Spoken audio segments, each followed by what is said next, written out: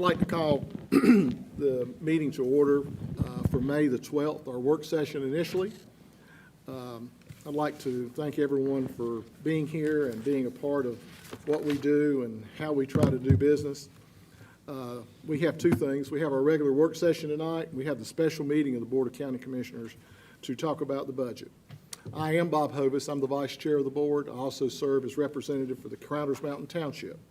I would like to welcome our viewers and thank those of you who are present, and also thank Spectrum Cable and AT&T for making this broadcast possible in the homes of our citizens. I would also like to present to you your county commissioners beginning on my far right. Alan Fraley, Cherryville Township. Good evening, Scott Sheehan, Gastonia Township. Jim Bailey, South Point Township. Kathy Conover, Dallas Township. Good evening, Tom Kigger, Gastonia Township. If you all would, if you will please rise with me. Jonathan Marr, who is associated with the Methodist Conference, will lead us in prayer for our meeting, and after that, we'll follow with Commissioner Fraley for our Pledge of Allegiance. John? Let's bow our heads. Dear Heavenly Father, we thank you for our opportunity to come together tonight as brothers and sisters in Christ. We ask that you just watch over us today, keep our minds open, keep our perspective open, keep us filled with compassion and humanity, Lord. Bless us in all we do in our endeavors tonight as we bring forth our business, and watch over us and protect us. In Christ's name, amen. Amen. Please join me in the pledge. I pledge allegiance To the flag of the United States of America and to the republic for which it stands, one nation, under God, indivisible, with liberty and justice for all.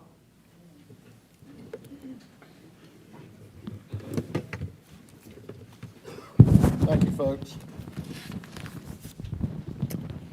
Our first item is proclamations, commendations, awards, and certificates. The first item that we have is Commissioners Cloninger and Sheehan to proclaim the month of May for our lateral sclerosis ALS Awareness Month in Gaston County.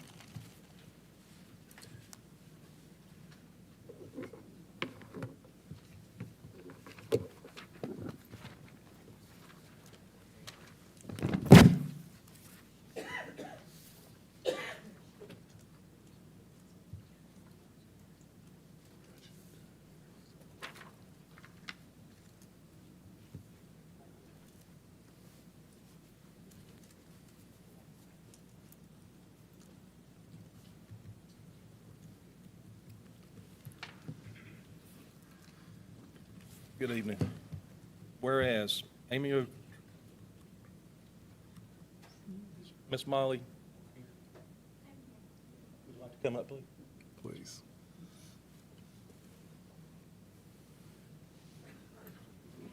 Please. Whereas amyotrophic lateral sclerosis, also commonly known as Lou Gehrig's disease, is a progressive, fatal, neurodegenerative disease in which a person's brain loses connection with their muscles, slowly reducing a person's ability to walk, talk, eat, and eventually breathe. And whereas thousands of new amyotrophic lateral sclerosis cases are reported every year, and estimates show that every 90 minutes someone is diagnosed with ALS and someone passes away from ALS. And whereas on average, patients diagnosed with ALS survive only 2 to 5 years from the time of diagnosis. And whereas the exact causes of ALS are unknown, and there is no known cure for ALS, and whereas people who have served in the military are more likely to develop ALS and die from the disease than those with no history of military service, and whereas securing access to new therapies, durable medical equipment, and communication technologies is of vital importance to people living with ALS, and whereas clinical trials play a pivotal role in evaluating new treatments, enhancing quality of life, and fostering assistive technologies for those living with ALS.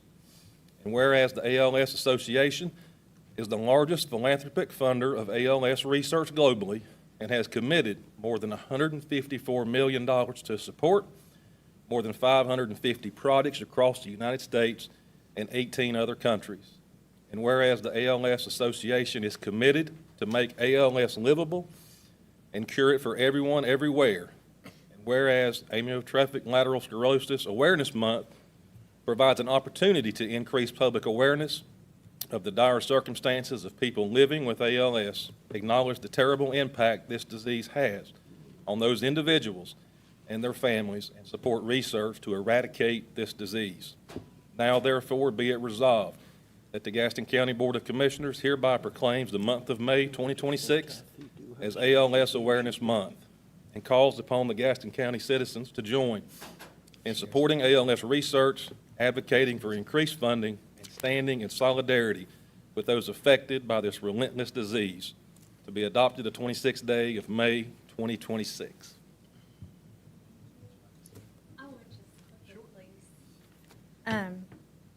Good evening, Commissioners. On behalf of every person in Gaston County who's been impacted by this disease, I thank you for recognizing their struggle and heartbreak. My mom's name was Mickey, and she died 9 years ago next week. Every year, my son and I go out and do an intentional act of kindness to celebrate her life. We do something that we hope will make the world better. I would be remiss if this year we didn't focus on our students and our schools, as so many people here are tonight. My mom was a teacher. She worked in both preschools and elementary schools, and she treasured children above all else. She is the reason I give time to our little school and the reason I won't give up on our education system.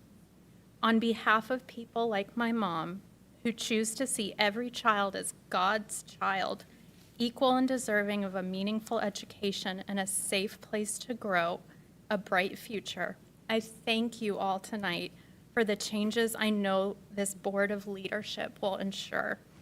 Please let Gaston County be known as the district that took action and made things right. Thank you for your recognition for the importance of this, and to those with ALS for your commitment to your constituents. I truly thank you. Thank you.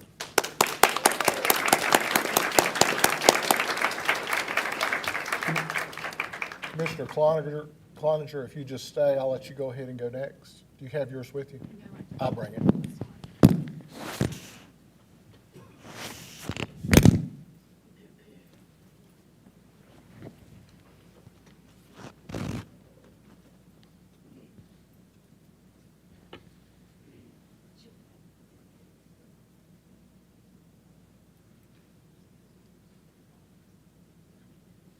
This is the same way I can go check with my wife. No, I said it was me. It was not you, it was me. I wasn't clear enough.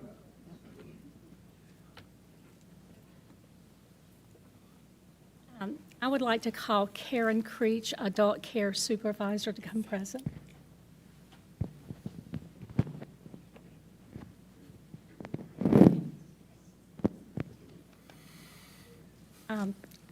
Whereas Gaston County has a growing number of older Americans who contribute their strength, wisdom, and experience to enhance and improve our community. And whereas our citizens benefit when people of all ages, abilities, and backgrounds are welcomed, included, and supported.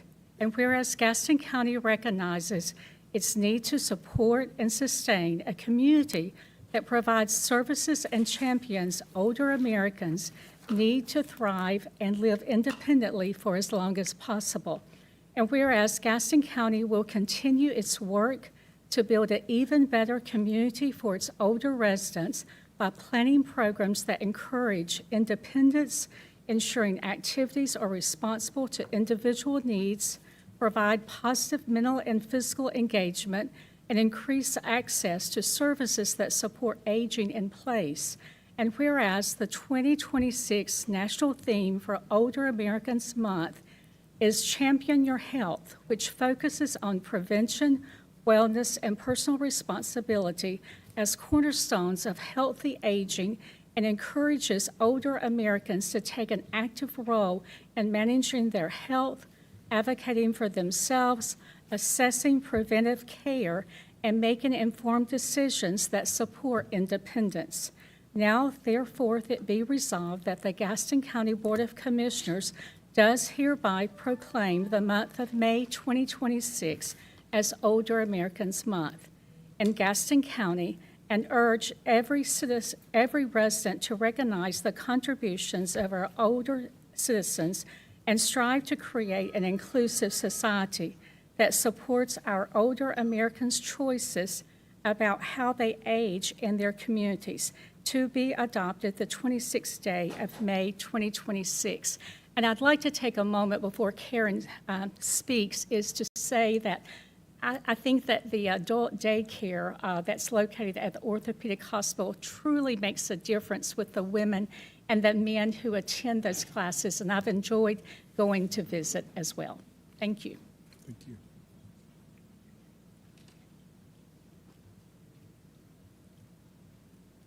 Good evening. Chairman, commissioners, and guests, thank you for this proclamation recognizing Older Americans Month and this year's theme, Champion Your Health. I'm Karen Creech, and I'm the program supervisor for the Center in Daylight. We provide adult day services for individuals who are medically fragile and those with Alzheimer's and dementia. This theme reminds us of the importance of maintaining our health, staying connected, and supporting one another across generations. The services provided through Adult and Aging Services help older adults champion health, well-being by delivering meals through our Meals on Wheels program, encouraging social connection through our adult day services, and connecting individuals with resources and support through our social workers. Adult Protective Services also plays an important role in helping protect vulnerable adults from abuse, neglect, and exploitation. At the center, we celebrate Older Americans Month with our annual senior prom, and this year's theme was Dancing with the Stars. There was lots of dancing, lots of laughter, and lots of fellowship. I can't say that the refreshments fully supported the Champion Your Heart theme, but we did well on the social and the physical. On behalf of Adult and Aging Services, we appreciate your support and your continued commitment to honoring and serving older adults throughout our county. And also, I do want to thank you for visiting and volunteering at the center and donating items. Thank you very much.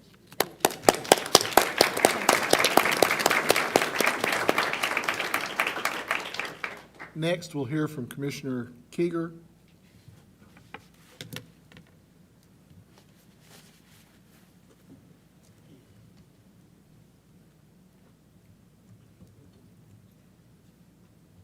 He'll be declaring May the month for foster care awareness. If someone's here from the foster care group, if you'd like to please, on cue. Very good, thank you. Anyone else? She left her.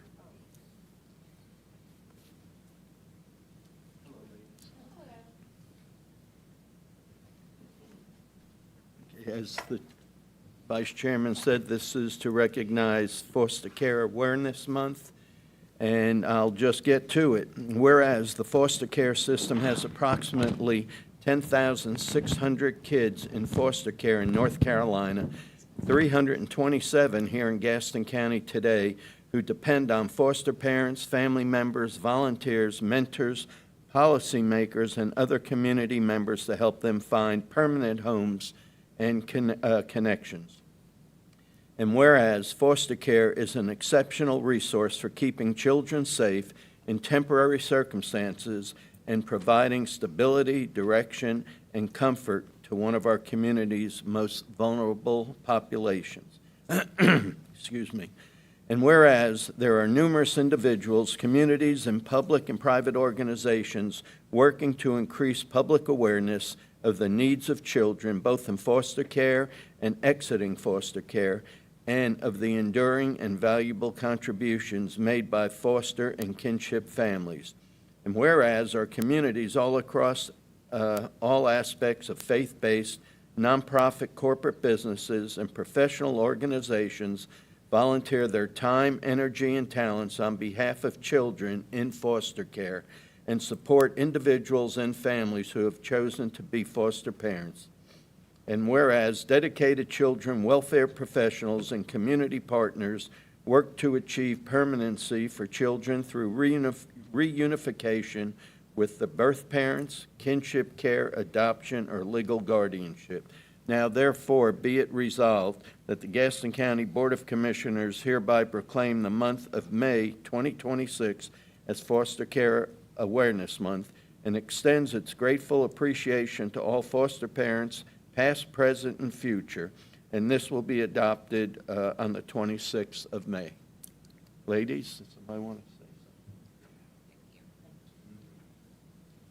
Good evening, Mr. Vice Chairman, Commissioners, and Mr. Roden. My name is Allison Corrier, and I'm a permanency planning social worker with the Gaston County Department of Health and Human Services across the street. With me tonight is my supervisor, Jennifer Helms. We are deeply honored to accept this proclamation recognizing foster care awareness on behalf of the dedicated staff and families who open their homes and their hearts to children in need. As of the end of April, we have over 300 children in foster care and 30 youth in our 18 to 21 program. Of these 360 so children, 229 are placed outside of Gaston County. Right now, we have 74 foster homes licensed through Gaston County Department of Health and Human Services, and 71% of those homes are already full. Simply put, we desperately need more homes. When a child enters foster care, it is through no fault of their own. They have already lost their home, their routine, and often their sense of safety and security. When they are placed outside of Gaston County, they may also lose friends, their church, their school, medical providers they're used to seeing, and the familiar faces that help them feel secure. For siblings who cannot be placed together, the loss is even deeper. For every move, every separation, it only adds more trauma to an already difficult situation. Stability is life-changing for them. Children who experience multiple placements are more likely to struggle with attachment, behavior, and trust. What they need most is someone to care for them consistently, someone to give them a home that feels safe and permanent. Tonight, we are asking for our community to step forward. We need stable foster homes here in Gaston County, especially for teens, sibling groups, and children with special needs. Every new home is an opportunity to keep a child close to family, friends, their school, and their community. Every new home is a chance to heal. We want to express our deepest gratitude to the foster parents and kinship caregivers who already give so much to these children. We also honor the workers who advocate tirelessly for them. Your compassion changes lives. Finally, we thank the board and our community partners for supporting foster care and helping us share this urgent need. On behalf of the children and the families that we serve, thank you for helping us give them the recognition that they deserve. Thank you.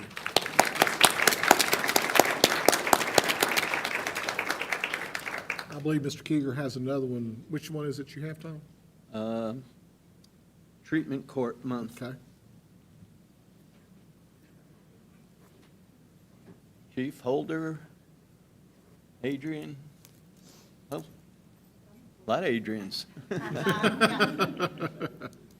Good evening.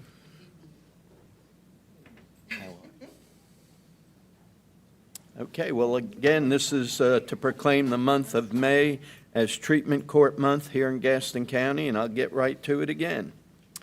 According to All Rise, treatment courts are the most successful justice system intervention in our nation's history for reducing crime by addressing substance abuse and mental health disorders. And whereas treatment courts save an average of more than $6,000 for every individual they serve. And whereas treatment courts provide a range of economic benefits to a community, such as reduced courts in court and prison expenditures, increased tax revenues, lower foster care expenses, and decreased costs related to victimization. And whereas treatment courts annually refer more than 150,000 people to life-saving treatment and recovery support services. And whereas, according to All Rise, treatment courts significantly improve substance abuse and mental health disorder treatment outcomes and prevent fatal overdoses. And whereas treatment courts facilitate community-wide partnerships, bringing together public safety and public health, and whereas now there are more than 4,000 treatment courts nationwide, and whereas also treatment courts demonstrate that when one person rises, we all rise. Now, therefore, be it resolved that the Gaston County Board of Commissioners proclaims the month of May 2026 as Treatment Court Month, and that'll get adopted on the 26th also. I'll present that to you and give you the podium.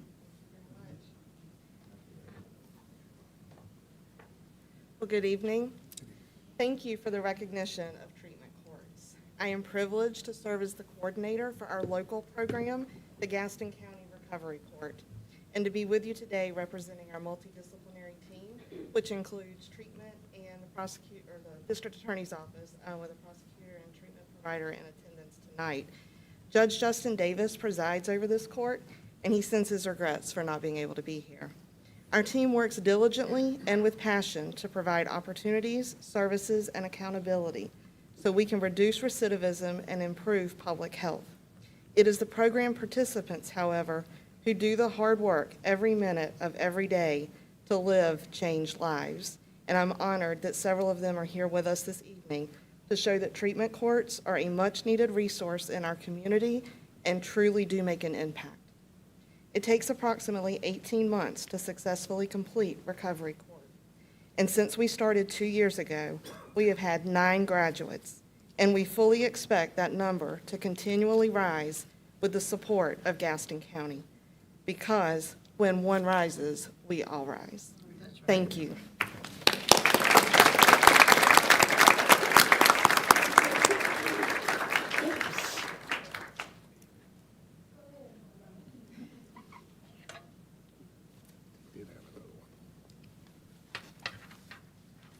And the next proclamation is to recognize Law Enforcement Week and Peace Officers Memorial Day in Gaston County during this week, actually. And I think Chief Holder and some law enforcement folks, feel free to come up. When, before I start, when is the memorial service at the cemetery? It is tomorrow, 10 a.m.?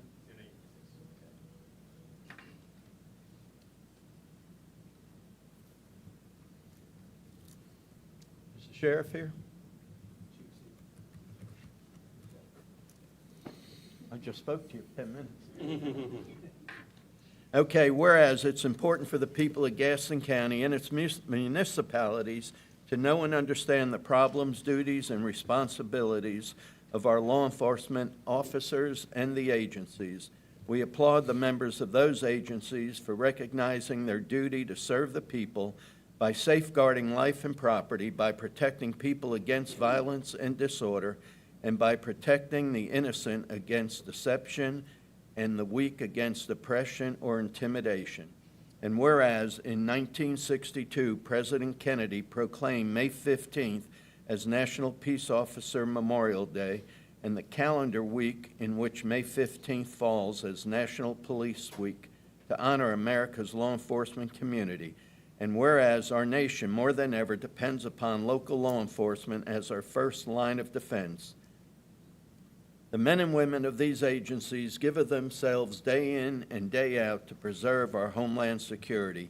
And whereas in 2025, 115 peace officers across the nation and 2 from North Carolina alone died in the line of duty. Whereas the members of law enforcement agencies of Gaston County and its municipalities play a vital role in safeguarding the rights and freedom of our local citizens. And whereas we join law enforcement officers nationwide in honoring their fallen comrades and urge Gaston County citizens to commemorate law enforcement officers past and present. Now therefore be it resolved that the Gaston County Board of Commissioners recognizes Law Enforcement Week and Peace Officer Memorial Day, and this too will be adopted on the 26th. And I will present one to the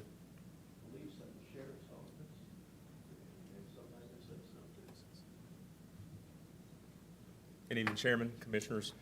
On behalf of the Gaston County Police Department and all of our law enforcement partners in Gaston County, appreciate you taking the time to recognize those that serve our wonderful Gaston County communities on a daily basis, as well as honoring those that unfortunately and tragically died in the line of duty. Thank you for recognizing their sacrifice. Thank you. Sir.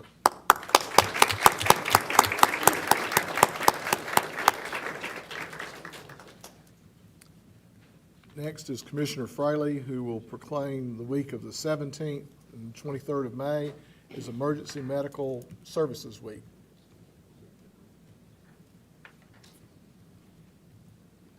Thank you, Mr. Vice Chair.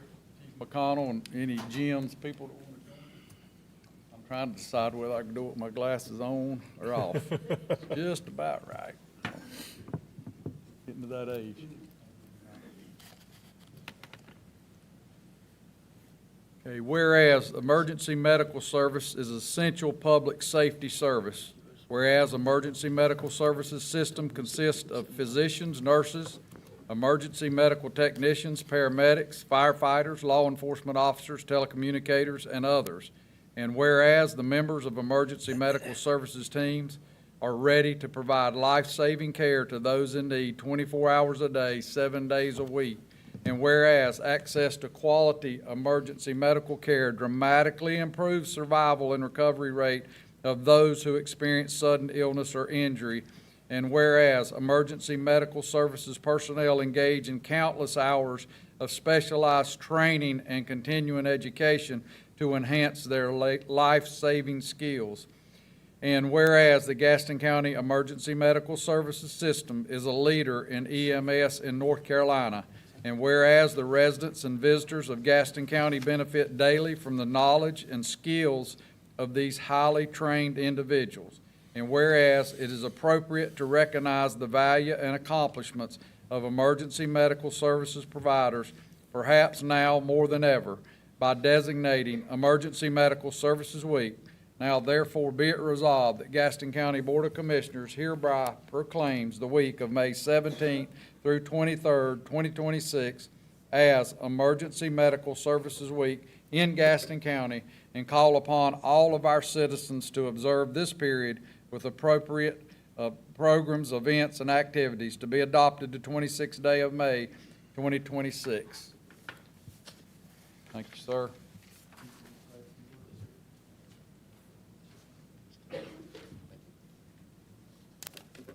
Mr. Vice Chairman, Commissioners, thank you for recognizing EMS Week. The theme of this year's National EMS Week is improving outcomes together. As I reflect on that theme, I would be remiss if I didn't recognize that, as the proclamation stated, EMS is truly a team effort with a lot of community partners, from telecommunicators, law enforcement, fire, our hospital system, public health. It truly is a team effort, and we wouldn't be able to provide the service we do without all of our community partners. Our providers serve this community with professionalism, compassion, and dedication every day, performing difficult work, and sometimes it feels that they feel like they're unrecognized. So this recognition is truly appreciated. On behalf of Chief Lanphier and all of us at Gaston County EMS, thank you. Before you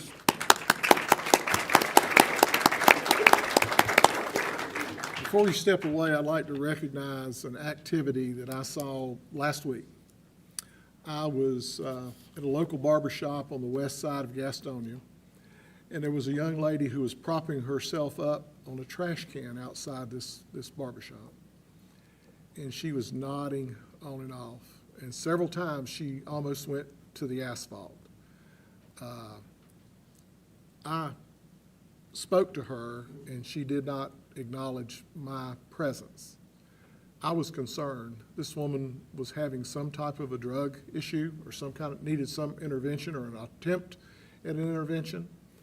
I immediately called Vincent Wong, our coordinator who is embedded with the EMS. And I said, if you could you get a unit out here to assist this young lady? Because I did not want to see her bust her head wide open on the asphalt. And immediately, within 7 minutes, a unit responded. And I think it may be, I don't see the person, but was it you, sir? Yes, sir. Yes, sir. Yes, sir. I thought I recognized you right behind him. But no, it was, I want you to know, there's things that we cannot do in the EMS world, in the police world, but we can be there for someone who wants to submit themselves for assistance. These two gentlemen with part of our community paramedics, it's funded by the opioid monies that come to Gaston County. They were there immediately to offer assistance in whatever area she needed it. And although she didn't accept it, I think it was what we should do. All of us, when we see something, we need to do something. And that was we had those services available countywide. and they provide a valued service, because you never know that when you may be there and keep someone from having an overdose or losing their life. And all of us need to do that. And these people face this every day with every call they go to. And I just want to stand and thank you again for what you do. Thank you so much. Thank you. Thank you.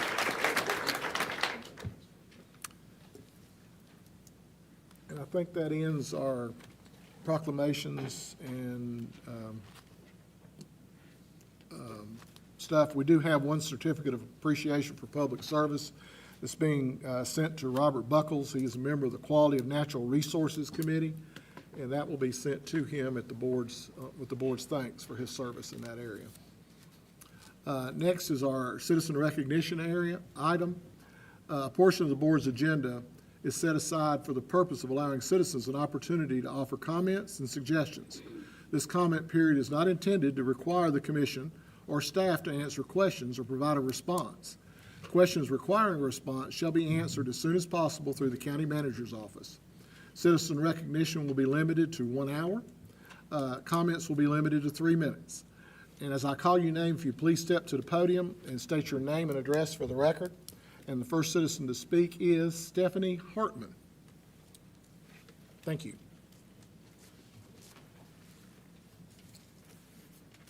Good evening. My name is Stephanie Hartman, and I live at 1223 Oakwood Avenue. At the last meeting, I told you I wasn't from around here, but I didn't tell you where I'm from. I grew up in a once small town outside Tampa Bay called Newport Richey, Florida. And much like Gastonia, the people who live there know it's a place that's better than its reputation. If you ask what the challenges they face, you'll hear about rapid growth, development, crime, substance abuse, homelessness. Sound familiar? This past Friday, I spent an evening at the Ghost Peppers game. Most of my childhood was spent just a couple towns over watching the Dunedin Blue Jays play. Commissioner Brown and I didn't know it at the time, but we were as close as neighbors then as we are now. There's a really good chance that I saw him play in my summers as a kid. Like my son today, I attended a performing arts magnet school. We had a beautiful state-of-the-art theater, and neighboring schools came to host their productions. So you can imagine my surprise as a member of the PTO at Pinewood School for the Performing Arts when we're running fundraisers just to cover the basics. Rights to the annual play, costumes. The difference is funding. The district I grew up in, Pasco County Schools, spends $2.3 billion on education. Even when you adjust for student population, it's still nearly double what we spend here. And back in that same once small town, I'm proud to say, my cousin started a nonprofit focused on transitional housing, job training, recovery support. They're investing in education. They're investing in addressing substance abuse and homelessness. It's not perfect, but there are bright spots. I heard this body say that you don't want to be compared to Mecklenburg or neighboring counties, and I understand that. But we do need to look outward to communities like ours that are finding solutions. I'm not standing here claiming to have all the answers, but I am asking you to look harder. The quarter-cent sales tax revenue is a great start, but it's still getting you to bare bones. We need to invest in prevention, education, transitional housing, substance abuse treatment, mental health, so that we're not spending a quarter of our budget reacting on the back end. An ounce of prevention is worth a pound of cure. Sorry, I can't stay tonight. I'm going to run a fundraiser for Gaston County Schools. Thank you. Charles Ball.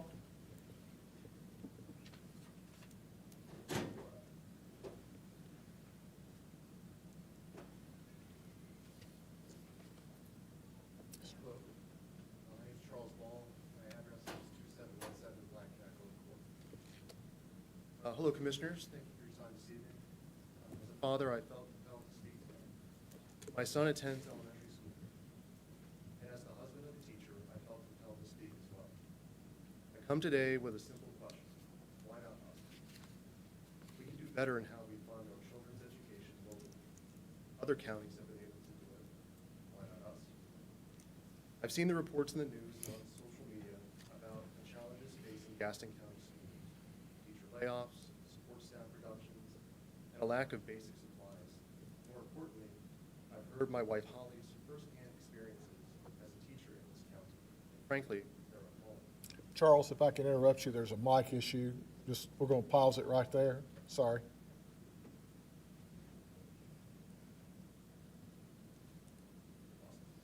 You may want to pull that up just a tad. Perfect, thank you. Sorry for interrupting you. That's okay. Holly spoke to this body in late April about what she's seen, the lack of support for teachers, and more troubling, the lack of basic safety. She described real deficiencies in our system. For example, when funding is so low that teachers worry whether the copy machine will run out of paper, that should concern all of us. Other counties seem to understand the big picture. Why not us? In preparing for tonight, I compared Gaston County's education funding to similar counties across North Carolina. What I found was telling. Counties like Davidson, which closely mirrors Gaston in demographics and population, consistently fund their schools at a higher per-pupil rate and dedicate roughly a third of their county budget to education. Counties like Johnston have leveraged economic growth into sustained education investment. Gaston, based on publicly available 2025 through 2026 data, spends less per pupil and allocates only about a quarter of its budget to education. The fact that it took a funding emergency and a last-minute $10 million infusion just to prevent layoffs this year is deeply upsetting. Again, other counties have figured this out. Why not us? Without serious change in how this county prioritizes education funding, people will vote not just at the ballot box, but with their feet and leave. Our children deserve better, our teachers deserve better, and parents across Gaston County deserve better. The potential is already here, so I ask you once more, why not us?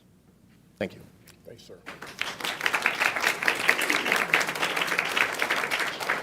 Jessica Marino.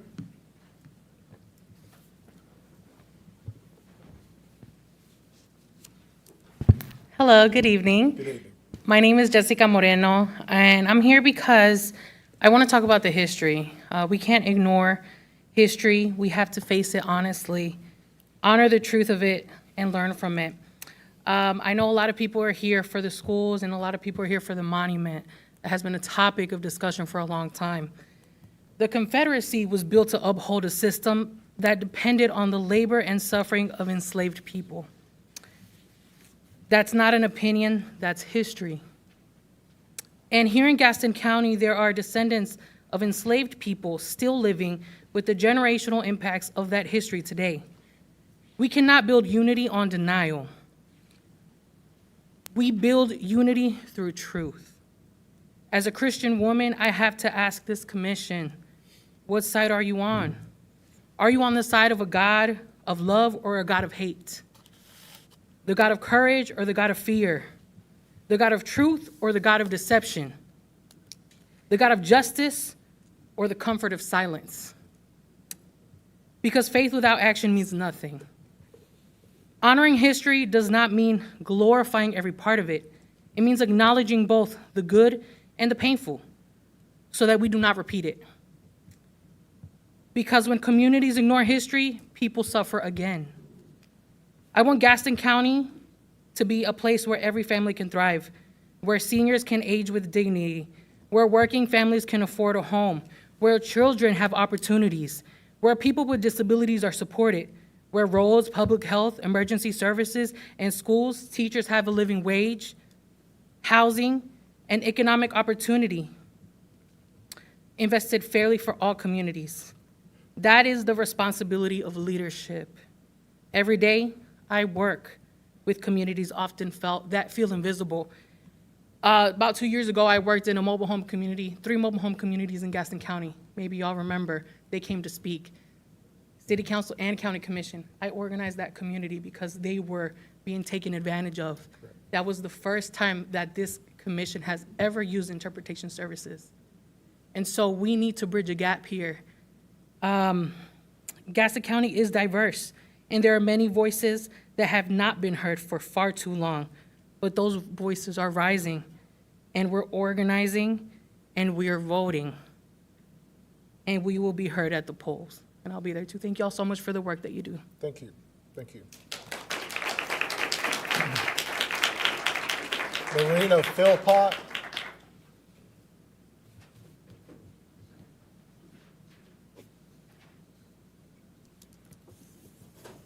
Good evening. My name is Naria Philpott, address 246 North New Hope Road, Gastonia. Insanity is doing the same thing over and over while expecting different results. The condition of our education system and the reality of institutionalized racism did not happen overnight. These issues come from decades of decisions, policies, silence, and repeated leadership patterns that have gone unchallenged for far too long. We could not continue voting the same people into positions of power and expect different outcomes for our communities. Leadership and accountability are inseparable. True leadership is not about titles, power, or position. It's about responsibility. A real leader does not avoid difficult conversations or ignore the people they serve. A real leader understands that public trust requires transparency, honesty, and follow-through. The people of Gaston County are paying attention. They remember the commitments made in 2020 regarding the Confederate monument outside this courthouse. Whether people agree or disagree, leadership requires consistency and accountability. Leadership means owning decisions. It means listening even when it's uncomfortable. It means serving people with integrity, not political convenience. Holding yourself accountable requires humility, acknowledging mistakes, delays, and being honest about the next steps. This county deserves leaders who act with courage instead of avoidance. Accountability is not an attack, it is the foundation of public trust. History will remember whether this board chose silence or action, comfort or courage, avoidance or integrity. I stand here not out of disrespect, but with conviction. Because leadership demands accountability, and accountability is what the community deserves. Thank you. Thank you. Tatiana Presto.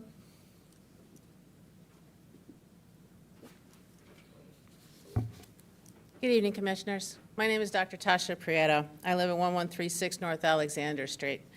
I was born in North Carolina, and I'm currently a property owner in this county. My family history in North Carolina goes back to the 1700s. I'm here again to voice my discontent regarding that Confederate statue glorifying racism outside.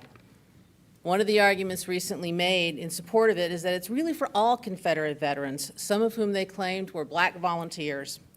I'd like to push back on that argument by going back to the original record. In November 1912, the Gastonia Gazette reported on the unveiling of that statue. One paragraph said this, quote, "It was a most inspiring sight to see the 1,200 or more white school children of all the city schools, together with their teachers, assemble in one company to witness the unveiling," end quote. So if this statue was for all Gaston County residents, why were only white children in attendance? There were black school children in the county at that time. 23% of the population was black. For some reason, they weren't invited to the statue party. Surely, if there were any black volunteer soldiers on the side of the Confederacy, they would have had relatives who were school children when the statue was unveiled. Maybe, just maybe, even back then, this statue was not really intended for all, but intended just for the white people. The available evidence seems to indicate that. So that argument doesn't hold up to historical scrutiny. Why then has this body not acted to correct a wrong? I've been thinking about that a lot lately. Maybe your families are like mine. If you're white and from the South, you no doubt have at least a few racists in your family.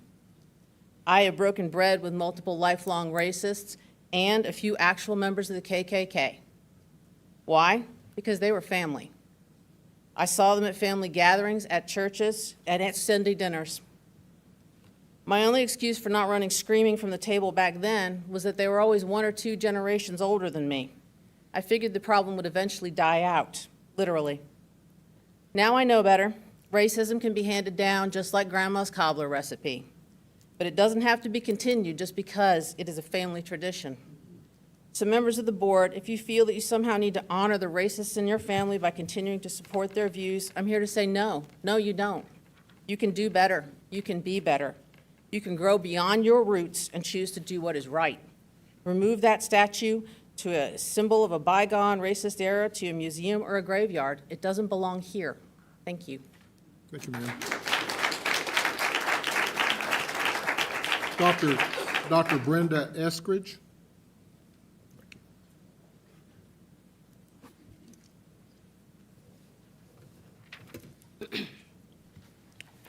Good evening, Commissioners.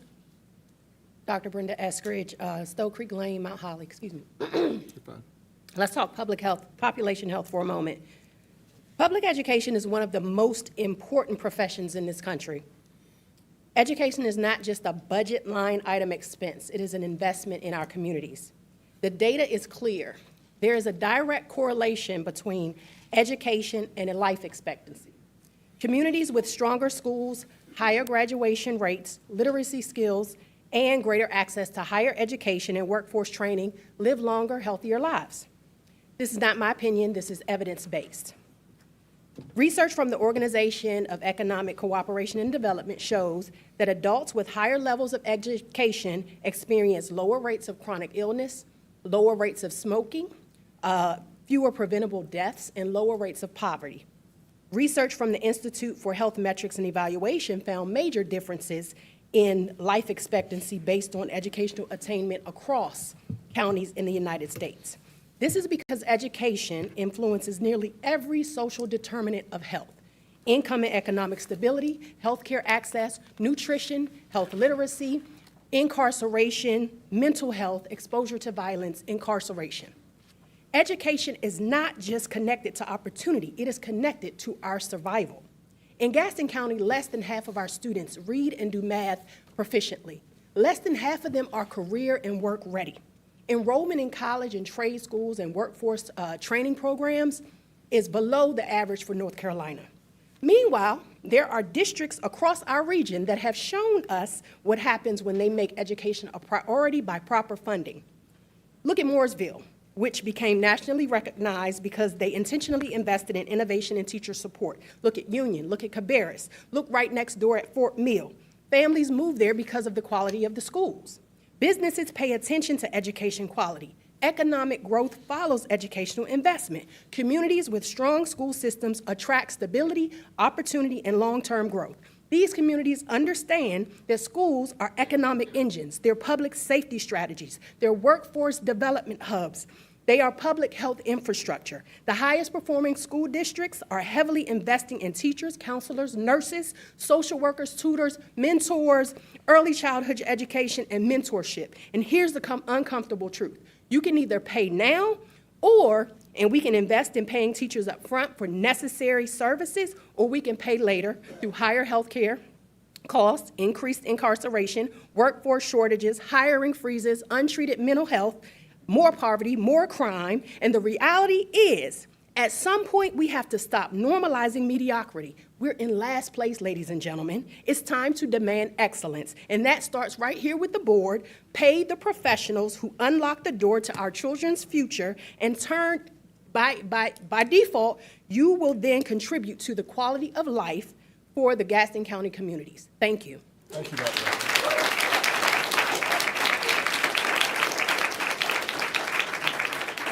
Ann Doss Helms, please.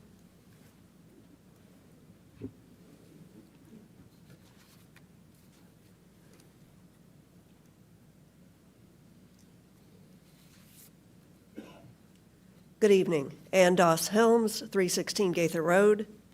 I do have thoughts on the budget, but I want to focus tonight on the big picture, and that is the status quo is not working for Gaston County. For years, we've underfunded public schools, underpaid our teachers, and watched our students underperform their counterparts across the state and around this region. The mindset seems to be that as long as taxes stay low, it's good enough for Gaston County. We're here to say that in 2026, the bottom of the barrel is not acceptable. For more than a century, a monument that was openly dedicated to the cause of white supremacy has stood outside our courthouse. And the mindset seems to be that if you don't like it, people like you don't matter. We're here to say that it's time to put our legacy of racism in a museum, not in a place of honor. For quite some time, we've had a General Assembly and a school board and a board of county commissioners who share responsibility for the well-being of this county. Those bodies sometimes seem more interested in pointing fingers at each other than working together and listening to the people they represent. And we usually have a chairman of this board who acts as if people who disagree with him are unwelcome guests in his house. We're here to say, this is our house, and we need you all to get serious about addressing our problems. Lobby the General Assembly to pass a budget and meet their responsibilities. Use your leverage over the school board to demand better financial systems and more transparency. Now, here's part of the status quo that honestly is on us. For years, we've had people fighting for racial justice and better treatment of the disadvantaged and homeless. And they haven't had a room full of white people standing with them. I'm here to say that needs to change too. Let's unite to say that we won't have dignity and opportunity for our own families until we have it for all families. My hope for tonight is that the powerful, thoughtful public statements over these last few weeks lead you all to pass a budget that significantly increases public funding for schools, funding for public schools, even though, yes, that is difficult. And I hope to hear you announce a timetable for relocation of the Confederate monument. My expectation for tonight is that we won't get any of that. Which is why I say to all of you in the audience or watching on video, we may not win tonight, but we only lose if we give up. So stay engaged, stay informed, do your part to help, take breaks when you need to, and then jump back in. And above all, research the candidates and vote in November. You have a chance to shape the composition of our county commission, school board, and General Assembly. If we don't show up, we'll get more of the status quo, and that is not good enough for Gaston County. Thank you.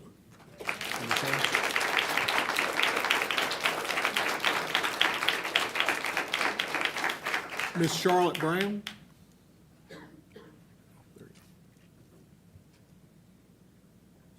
Charlotte Brown, 1118 Dumbarton Road. I just have two questions, and I have asked several people, and I can't find answers anywhere. I've left my email address with the sign-in person, so if somebody can make note of my questions and then contact me, I'd be glad for you to. One, I live over near the Shield Museum. We're having a problem with where our mailboxes are supposed to be. We don't know if it's the city, the county, the postal department tells us where we're supposed to have our mailboxes. We're finding out they're supposed to be at the street, a lot of them are on the houses, and I don't know. So I'd like to know that. And also, when land is cleared for development, for housing developments, for apartments, for warehouses, who takes care of relocating the animals that are on that property, the wild animals? I've been told, well, they can migrate, but they keep migrating and then they run out of migrating space. So I don't know who's in charge of taking care of that wildlife animals. I would like to know that. Haven't been able to find that anywhere. So I would appreciate it. Thank you. We'll have somebody with you. Thank you. Our next, Sean Bates.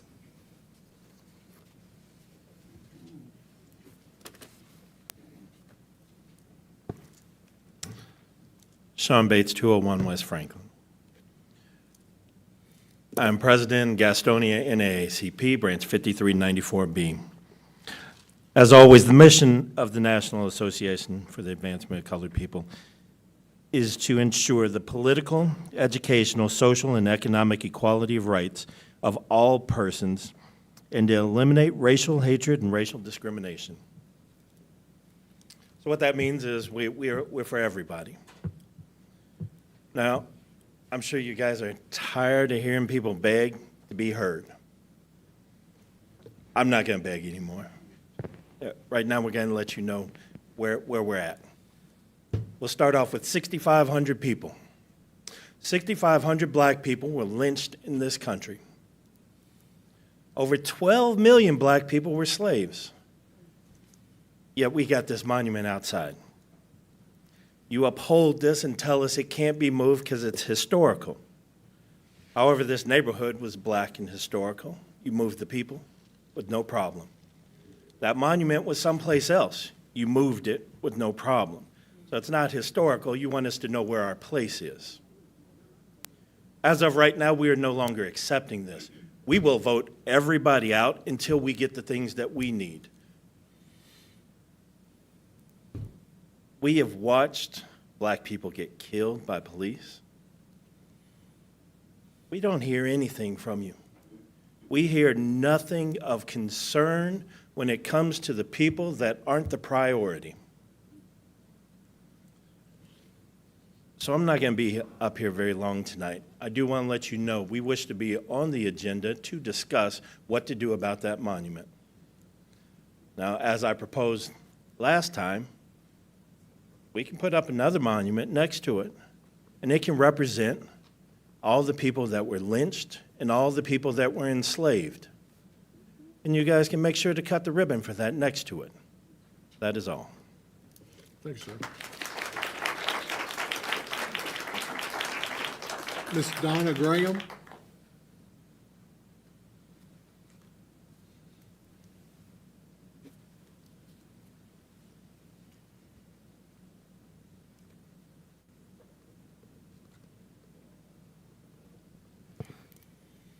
West Franklin.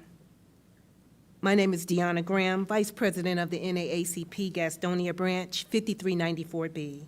I rise tonight to address two critical issues facing our community. First, it's imperative that the county commissioners adequately fund the Gaston County school system.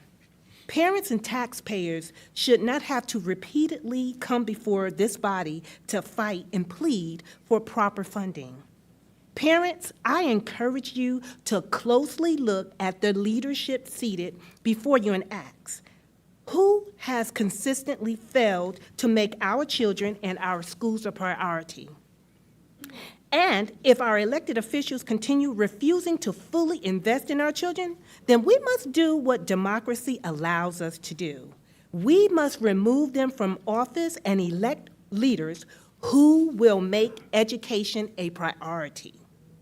Remember this outrage that brought you here tonight. Remember it in November when you vote. Second, I know you guys are tired of me asking and talking about that monument because I'm tired of talking about it. But I'm going to say, if justice is truly blind, why does a Confederate monument stand at the entrance of our courthouse? It saddens me that a place that citizens come seeking justice, fairness, that they are first greeted by a symbol that many associate with slavery, racism, and inequality. For Black people, history is remembered to honor and pay respect for our ancestors who carried an insurmountable burden. We stand on their shoulders. They paid the ultimate price so future generations would not have to endure what they endured. We remember slavery and the Jim Crow era, not because we want to relive it, oh no, because we never want to return to it again. And I cannot help but wonder why you have such a determination to preserve a monument that's tied to a time when Black people had no voice, no vote, and legally was considered 3/5 of a person. Is the placement of the monument meant to send a message to us? So I ask plainly, do you want us to go back to that time?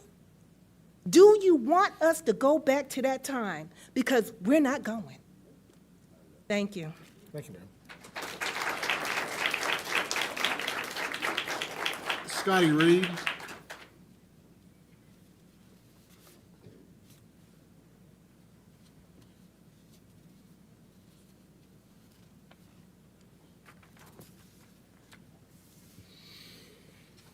Good evening to everyone here tonight.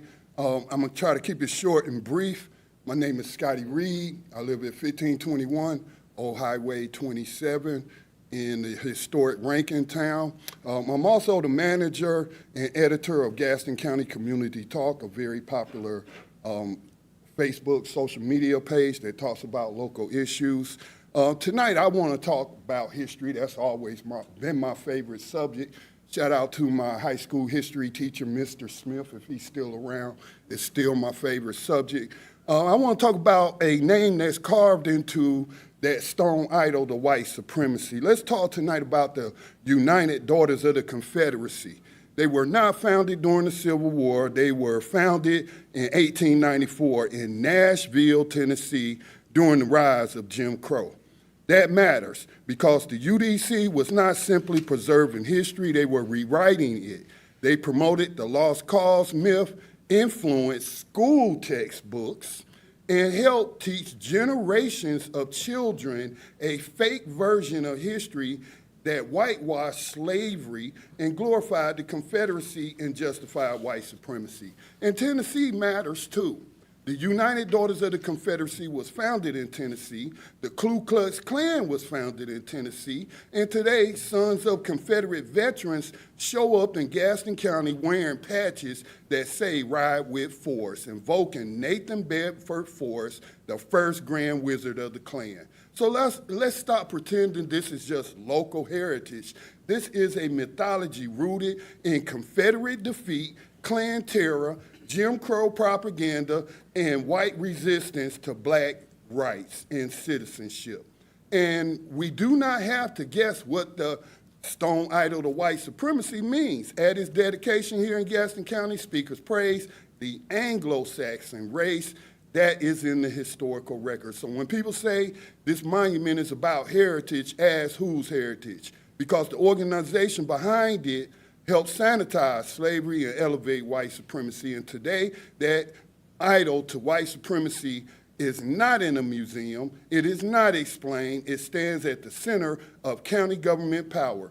This is not neutral. That is a message. We had a Republican Party founded by abolitionists who fought a civil war that ended chattel slavery. But today, now we have Republican officials who say racism doesn't exist while maintaining a monument to white supremacy put up during Jim Crow. That's not history. That's a glaring contradiction. Thank you. Yes, sir.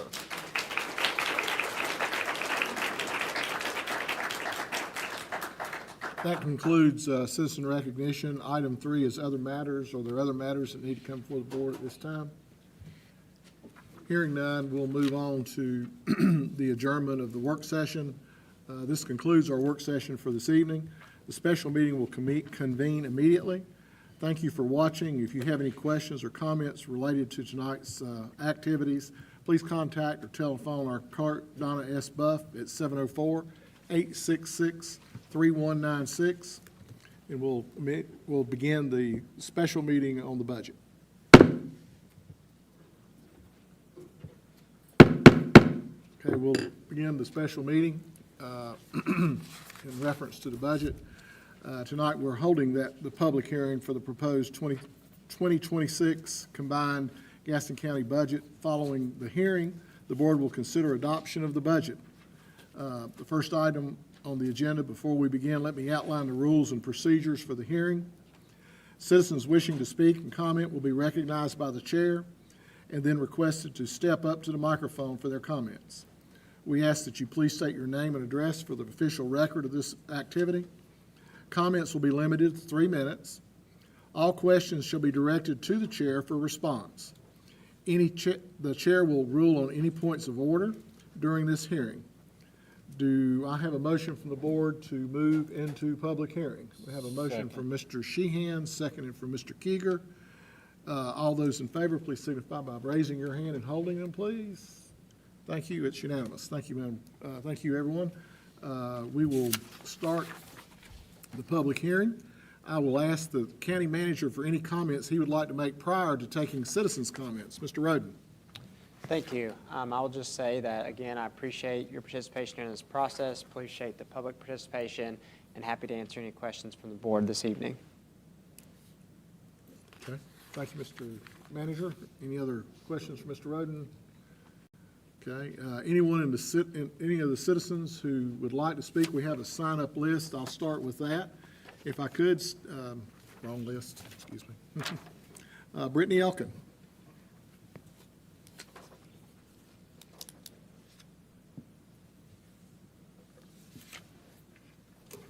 Brittany Elkin, 3012 High Ridge Court. In March, I realized that Gaston County Schools was standing at the edge of a financial cliff when our teachers started to sound the alarm. So I started digging, and what I found left me absolutely appalled, not just at the state of education funding, but at the way our kids are being treated like pawns in a political game. We should all be able to agree that funding our public schools should be a top priority in this county. I've heard some of you say that the schools should have planned ahead better. But when I reviewed 5 years of budget documents, it became clear that Gaston County Schools and the Board of Education have been warning you for years that they were approaching this cliff. They told you repeatedly. So this is the reality. Either those warnings were ignored or the budget documents were never seriously reviewed. It took one brave teacher speaking publicly to get the attention of every parent in this room and hundreds more across the county who are now paying attention. We elected all of you to represent us, not your political party, not your political future, us. That means being willing to speak up when the state legislature is playing games instead of passing a budget. That means being more concerned about the people that you represent than your chances of re-election. And that means being less concerned about playing puppet master with the Board of Education and more concerned with listening when they tell you what our schools need. From where many of us are standing, your behavior suggests either you do not care, or worse, you are afraid that the political game will turn against you if you speak against someone who is supposedly on your side. But here's the thing, our kids do not care about political affiliation. They care about their favorite specials teacher. They care about their counselors. And they care about walking past their kindergarten teacher's room for one more hug. And when that kindergarten teacher has to leave the school that became her community because her salary is too low to support her own family, our children are the ones who suffer. In 2024 budget documents, Gaston County Schools stated that COVID funding would be ending and that another funding source would be necessary. In 2025, they outlined that Gaston County sat well below peer counties in per pupil funding. And in both 2024 and 2025, they requested roughly $60 million each year, and they only received $54 million or less. We keep hearing there's no money, yet somehow there is always money when the priorities are elsewhere. And that tells parents everything we need to know about your priorities. So tonight, I'm asking you, how much farther do our schools need to fall before they become a true priority? Asking for other budget options was a start, but it is only the first step.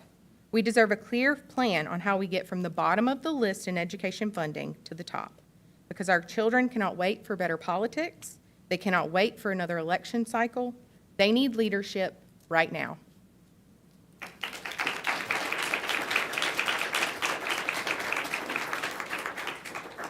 Samantha Esters.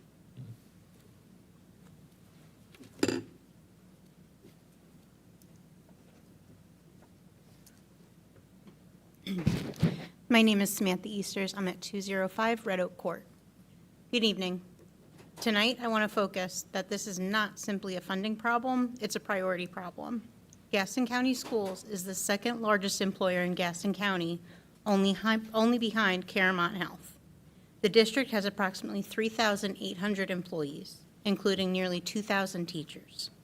Yet education falls behind multiple other categories in county spending. At the same time, the county budgets over multiple years continue to reflect millions of dollars in increased spending in other areas, including personnel increases, healthcare costs, and salary adjustments for their estimated 1,500 employees, while education repeatedly is asked to do more with less. That says something very clearly to the public. Education is not a priority. At the last meeting, discussion centered around the need for more tax revenue and attracting higher value development, including million-dollar homes. But we also need to ask an honest question. Why would families able to afford million-dollar homes choose to move to a county where education is not a leading investment priority? Families look to relocate, pay attention to school rankings, teacher retention, class size, student supports, and county investment. Those decisions directly influence where people choose to buy homes, raise children, and build businesses. Strong schools mean long-term economic stability. Growing counties understand that schools are not a budget line item. Education is always funded as a priority from the start. Schools are economic infrastructure. Education is economic development. Research consistently shows that communities investing in education see stronger workforce outcomes, higher earnings, lower poverty rates, and lower crime rates over time. Workforce development does not begin when somebody applies for a job. It begins in classrooms. It begins with retaining teachers and support staff that help schools function every single day. It begins with giving students the support that they need before they fall behind, instead of waiting until problems become larger and more expensive to address later on. And it begins with making education a visible priority in our budget decisions, because every budget tells a story. And right now, the story that this budget tells is that Gaston County is willing to continue expanding spending in other areas while schools are asked to stretch already limited resources even further. It's clear that children and education are not valued and not being prioritized. So does our budget truly reflect the future we say that we want for Gaston County? If you truly want growth, revitalization, stronger businesses, and long-term economic success, then education cannot continue to be treated as an operational expense, but should be seen as an economic investment. Thank you.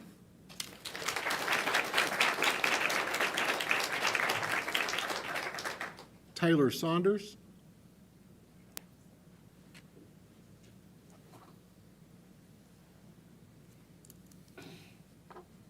Hello, my name is Taylor Sanders, and I live at 523 Lakeview Drive in McAdenville. I'm a parent of 3 students within Gaston County. I'm speaking today for many reasons, but mainly after hearing the comment last week, or last meeting of, excuse me, that we weren't being ignored, that our commissioner was just looking up numbers during a meeting. To myself, and I'm sure others, it only proves we are being ignored. Parents, teachers, and staff shared facts, feelings, and reality, all unpaid and many sacrificing things just to be here. You all knew we were coming. You weren't prepared. I'm going to share one major reality within our school system, things that happen in my own kids' schools. We have children being picked up over an hour early for school and leaving as 30 minutes to an, excuse me, I'm sorry. We have children being picked up over an hour early and arriving 30 minutes to an hour late to school every single day. My son's middle school begins dismissal for their buses at 3 p.m. School ends at 3:30. My sons have core classes up until 3:30. And some buses don't even leave until an hour afterwards, all while being filled to absolute capacity. We have teachers, coaches, staff, and even principals driving a bus route, with students still arriving and leaving early and late. While that absolutely shows dedication from the Gaston County school staff, it also exposes a massive staffing problem. Their dedication should not be used to normalize dysfunction, but their dedication continually shows and should be taken seriously. The comment suggesting that what the school board does with the money is their own problem is unacceptable. We should be asking more questions, demanding accountability, and treating public education like the priority that it is, not distancing ourselves from when concerns are raised. A teacher stated in the last meeting, "Come see where the money is going. Come watch them teach." I suggest every one of you do that. Go into a school, go see what they do every day, or go ride a bus and see how that is. That is the bare minimum. And also, There should be no conversation without any kind of communication on why that statue is so important and to have on the front of our courthouse. We should have answers. We don't have to win every fight to win the war. And when they go low, we go higher. And we'll be proving that in November. Thank you so much. Thank you.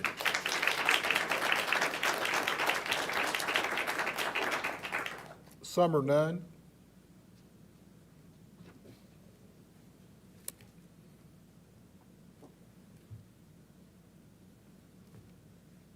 Hello, my name is Summer Nunn. I live at 1304 Fairfield Drive in Gastonia.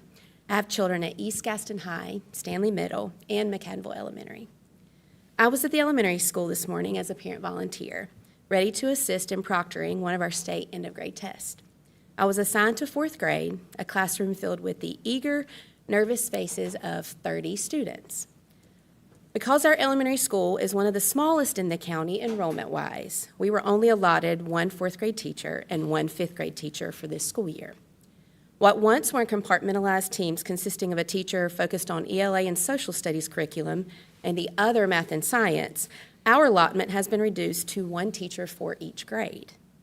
What that decision meant for these two teachers is that instead of teaching as a compartmentalized team like they once did, they became the ELA and math instructors for over 60 students, 30-some in fourth grade and 30-some in fifth grade.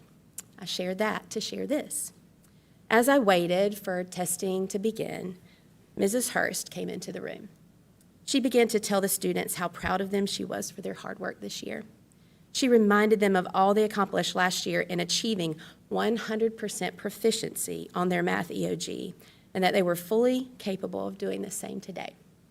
She told them she had been thinking about them all morning and even listened to some hype music on the way to school in their honor. And then she began to call their names. She locked eyes with each student in that room, stating, "You've got this," and even speaking belief to certain students and ability over some of their insecurities. As I witnessed this, tears began to well up in my eyes. This is not someone who was just brought in to administer a test or even someone sharing a pep talk before a big assessment. This is an individual who knows these kids. She's been with each one of them every day, rejoicing with them in the moments when they get it and working through problems with them when they don't. She's seen them on their best days and walked alongside them on days when they weren't ready to have to learn. She has spoken life into them all year so that they would know that they could achieve this goal today. And she did it with all 60-something of her students. Why do I share this with you today? Well, you're hearing from a lot of teachers, supplemental staff, parents, and others who are burdened over the current circumstances surrounding public education. The failure of our state's legislature to pass a state budget and a failure to plan ahead by our local government following the loss of funds over the last few years have resulted in insufficient funding, reductions in already short staffing, lack of needed supplies, etc., for public schools. While these are significant causes of concern for those of us who support, rely on, and believe in our county's public school system, I am not here to talk numbers. I am here to shine a light on what makes our public schools worth the investment. Teachers who are speaking words of belief into the lives of students who might not otherwise hear them. Counselors who are offering boys and girls valuable skills to cope as they struggle to make it through the school day. Media specialists who are inviting kids into worlds that might frankly be better than the ones they live in by opening a book. Social workers who ensure students are given a fair opportunity to learn and are in a place where they can do so safely when they're at school. Nurses who take the time to address health concerns so other staff can continue fulfilling their valuable roles. I could go on, but my point is this. Without these individuals being there on a regular basis, our schools are not whole. I was reminded today of the power of intentionality in speaking life into others. I'm grateful to know that there are hundreds more like Mrs. Hurst pouring into our children every day in schools across our county. It seems that some may have an intent to vilify public education right now at all levels, but I stand here today to share quite the opposite with you. There is so much good going on in our schools right now, if only we will take the time to see, applaud, and invest in it. Our teachers, students, families, and county deserve it. Thank you for your time. Thank you, Ms. Dunn.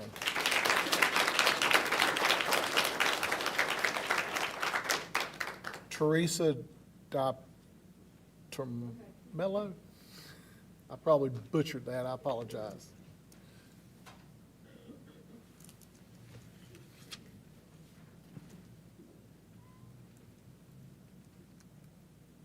My name's Teresa DiBartolomeo. I live at 204 Margaret Avenue. I am a one-on-one nurse that goes to school with developmentally challenged children. I have been all over Charlotte Metro and primarily now Gaston County. So I'm going to tell you what I see. There are classrooms anywhere from 20 to 27 kids with one teacher. I can tell you that I can point out the kids, there's about 25% in every room that are behavioral or they're either one step away from an IEP or CPS. So I did not know about tiers until I got to Gaston County. So this has nothing to do with skin color as much as it has to do with the economy. So when you have kids that you're saying you're going to cut back on librarians, no counseling, you don't have teacher aides in there with these 27 kids in a classroom.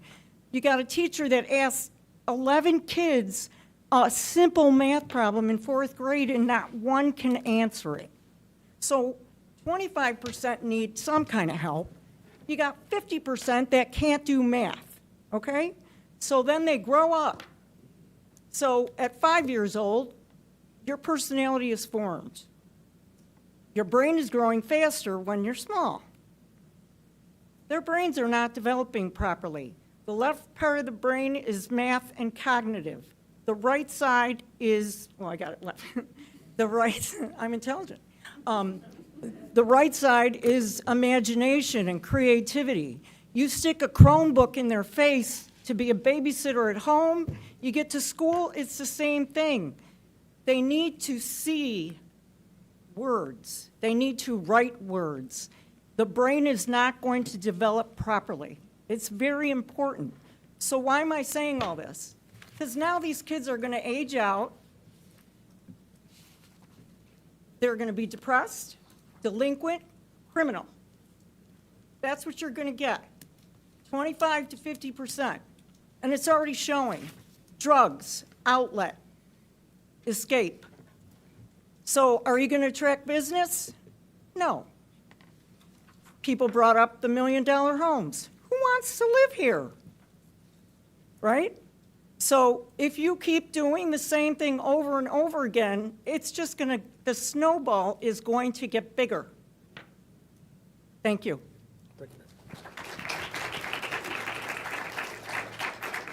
Andrew Reichel. And his wife Lisa's behind him, that's fine. Behind every good man is a good woman. Yeah, it's true. Thank you, sir. So Andrew Reichel, 3336 Hawthorne Lane in Belmont, North Carolina. I appreciate the opportunity to speak with you guys tonight. I'll need you to use your imagination as I'm reading this statement on behalf of a current Gaston County Schools teacher who has chosen to remain anonymous due to concerns about professional repercussions. I expect this to go over the 3-minute limit, so my wife Lisa, who is scheduled to speak next, will finish it. I am a teacher within Gaston County Schools. I have proudly taught multiple elementary grade levels at 2 wonderful elementary schools in the district and have worked alongside many talented educators within those roles. Teaching has never simply been a job for me. It has been a calling.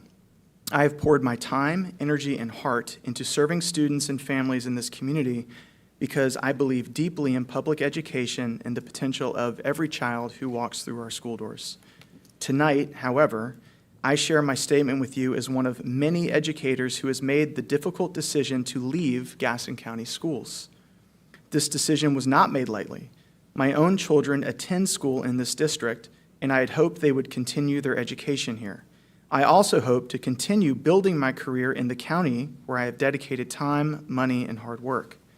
However, after years of watching ongoing challenges grow worse, I can no longer ignore what is happening within our schools. Beyond the staff who are currently being unfairly cut, we are also losing many employees by choice, people who are essential to the daily success of our schools and students. We are losing wonderful custodians who care deeply for our buildings and students. We are losing highly needed guidance counselors who support children emotionally at a time in history where anxiety in children is at its peak. We are losing teacher assistants who help classrooms function and provide critical support for students. We are losing specials teachers and librarians who bring creativity, movement, and enrichment into our schools. Many of these individuals are seeking opportunities in neighboring counties, private schools, and charter schools, and I don't blame them one bit. We have families to consider. We cannot continue basing our own children's futures on a system that feels increasingly disorganized, unstable, and uncertain. Gaston County Schools has failed to adequately support its educators, and that failure ultimately harms students. When educators are overworked, undervalued, and unsupported, they cannot effectively nurture, teach, and lead children the way they desire to and the way the children deserve. Supporting educators is not separate from supporting students. It is directly connected. Our district is struggling with leadership decisions that leave employees feeling unheard and unsupported. Funding concerns continue to impact classroom staffing and resources, and perhaps most concerning, experienced and highly qualified educators are leaving at an alarming rate, taking with them years of knowledge, mentorship, and stability that cannot easily be replaced. We currently have well-respected schools losing nearly half of their employees. When strong educators and staff members leave, students feel that loss. When families begin looking elsewhere for educational opportunities, that should concern all of us. And when school employees no longer feel confident placing their own children in the district where they work, that has to serve as a serious wake-up call. And I will give way to my better half. Thank you. They go on to say, I am leaving for a new opportunity that I believe will provide both a healthier work environment for me and ultimately a stronger educational setting for my children. While I am hopeful about this next chapter for my family, I am deeply saddened that it comes to this. Gaston County has incredible students, dedicated educators, and families who deeply care about their schools. They deserve county leadership that listens, plans responsibly, and prioritizes creating safe, stable, and high-quality learning environments. The truth is, I could quietly move on. I could focus solely on what's best for my own family and no longer concern myself with what happens next in Gaston County. Many people would understand that choice, but education is worth fighting for. These children are worth fighting for. The families who rely on strong public education are worth fighting for. And the educators who continue showing up every day despite feeling exhausted and unsupported are worth fighting for. I may be leaving this district, but I refuse to stay silent while I watch a public school system that serves thousands of children continue to be weakened by poor decisions and inadequate funding. The decisions made by this board directly impact the future of public education in our community.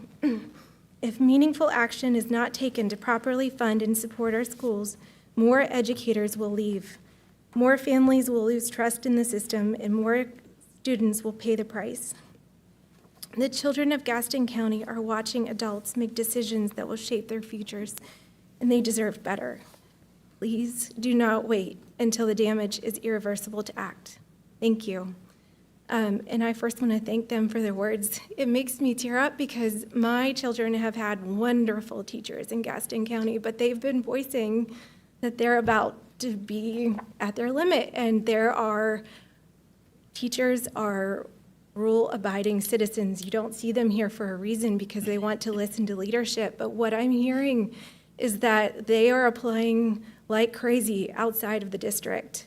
And so much so that a Lincoln County teaching position had 30 applications from Gaston County teachers for one position. So I want to say that I'm a person that fights for the least of these, and when someone said earlier that you've got to keep showing up, I respected that. But I have to tell you that no one comes before my children. I wouldn't be here. I hate public speaking. Me standing up here says that. So what I want you to know is that this is the alarm bell, but all of my friends in Belmont and Cramerton and McAdenville, they are not going to stick around. You are not going to get their tax money because our children deserve good schools, and we're not going to let their education go down with this ship. So I respectfully ask that you fund a budget that can keep the 174 positions and give the teachers the confidence that they need to stick around, to let them know that we can right this ship, to say, no, thank you, I don't want that job in the other district. So, thank you. Ms. Rogers, if you will, officially for the record, state your name. We have your husband's address, and we assume you live together, but if you state your name officially for the record. Sure. Lisa Reichel. Thank you. And Robert Reichel's here too. Oh. He's 9. Good. And his friend Zane. Thank you. That concludes everyone who showed up to speak under the public hearing, and we appreciate your efforts, your comments. There's a lot of things that we want to see, but there's things that we do not have control of at the same time. I appreciate your comments. We are getting ready to get back on point. I will make a comment, if I can. The funding for Gaston County Schools for the year 2025, 2026, and this was just given to us today from the Gaston County School System. I haven't had a chance to delve into it, but I'd like to share this with the audience that's at home and the audience that's here tonight. For the last school year that's ending fairly quickly, like 2 weeks, the funding sources total $473,255.89. Of that, $231.9 million came from the state. 68.2 came from Gaston County, local funds. The federal chipped in 29.1. Other sources were 24.9 million. The capital outlay to support the educational process was 119.9 million, and school nutrition was 24.3. Just, this is information that was just given, and that's the first time I've seen a total all-encompassing dollar amount, and I appreciate Dr. Houchard for providing that for us tonight. As far as any other comments from anyone here? Any comments from the board for the budget? Yes, sir, Mr. Bailey. All right, I appreciate everybody coming tonight. This is under public hearing. This is board discussion. It's public hearing. This is public hearing? Yes. I'll wait till the board. Okay, I just wanted to make sure you understood that, because if anybody had any questions for Dr. Houchard or anyone else, we can, I'm sure he doesn't want to be bombarded. Mr. Bailey has a question, I think, for Dr. Houchard, or for the manager. Yes, sir, Mr. Chair. Dr. Houchard, would you mind stepping up briefly, please? Thank you, sir. Because after we get out of the public hearing, the conversation will be before the board. Thank you.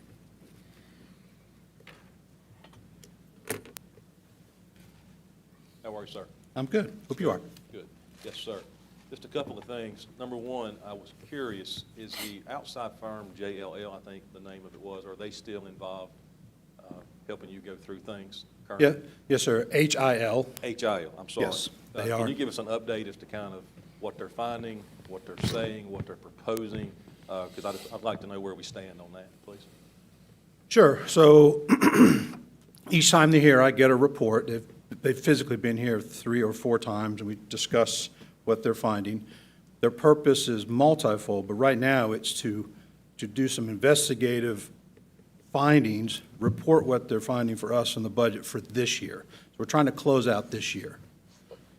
And every time we sit and talk, the number one priority they have for an accounting process in the school system is a conversion to Oracle and the company we have called Cherry Road to make our payments, our payroll, and accounts payable and receivable work. And our folks still, 5 years later, after modernization, are not getting reports that are accurate. For a $360 million budget, if you take out the bond money, we have to go through each month, end payroll, and work it out by hand. So the first priority they always list to us is we're not getting accurate data and reports in a timely manner.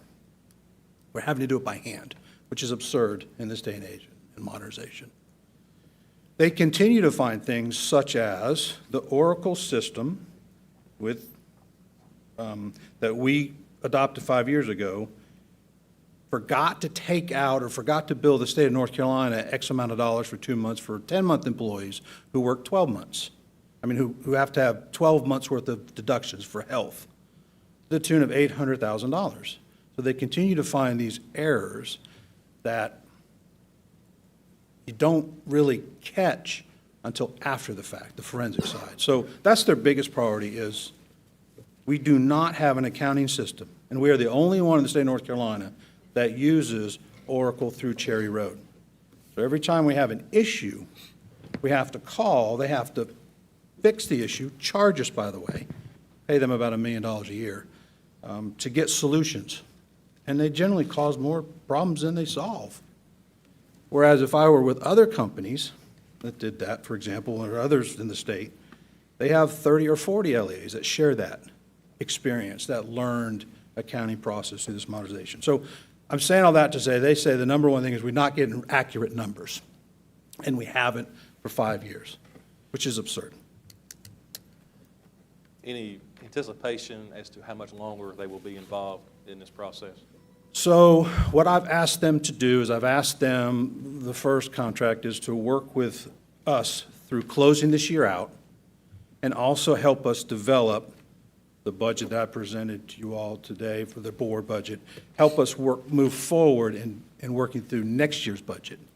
And remember, I'm without still a chief financial officer.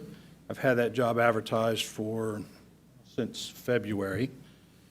It's a tough job to fill. I'm not the only one without a CFO in the state of North Carolina. Out of 115 LEAs, last month 32 were without a CFO, because folks that can run millions of dollars in a company choose to go to work elsewhere, not public schools, because we just don't pay. So they're going to stay with me and walk with me through that process until I can find a candidate and offer a job. Any idea as to what you're speculating, how long that will be? I'm just trying to get some kind of a gauge here. It's hard to say. Every time I get an applicant that's qualified, I interview. I've made several offers, and several have said no, and others are still thinking about it. So I do not know, sir. They will be with us through June, year-end, June 30th, and if I need them past June 30th, I'm sure they will stay. What I would like to see, and this, I'm not speaking for the board, just for myself, when that does wrap up and conclude, if you could get some kind of synopsis of those findings and those recommendations to the county manager and staff, I'd like to see that information in a simplified form. Sure. So we can kind of go through that and really get a good understanding of kind of the process, where it's gone, what they're proposing to do to avoid these issues in the future. So if you could coordinate that with the county manager, that and I could actually submit the reports. I will say every time they end it, it's underfunding from all sources. They always close with that the funding sources are needed more. Okay, that's great. I appreciate that.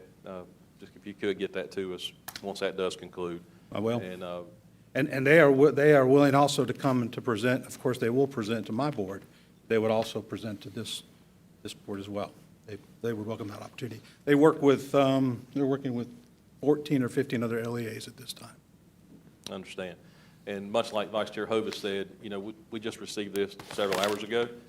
If there is any way moving forward, if we could get this information prior to the day of the meeting, that would be very beneficial, just so we have time to go through it. Right, so the legislation says I have to have that to you by May 15th.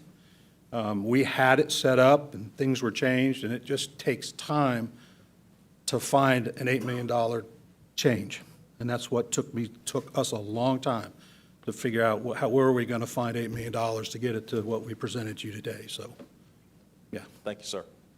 Thank you, Mr. Chair. Thank you, Mr. Commissioner Sheehan, and I will share this with you. In my earlier conversations, and there have been a few with Dr. Huchard, we have asked for that executive summary of the total findings so we can understand what the problems are and what rocks they're under.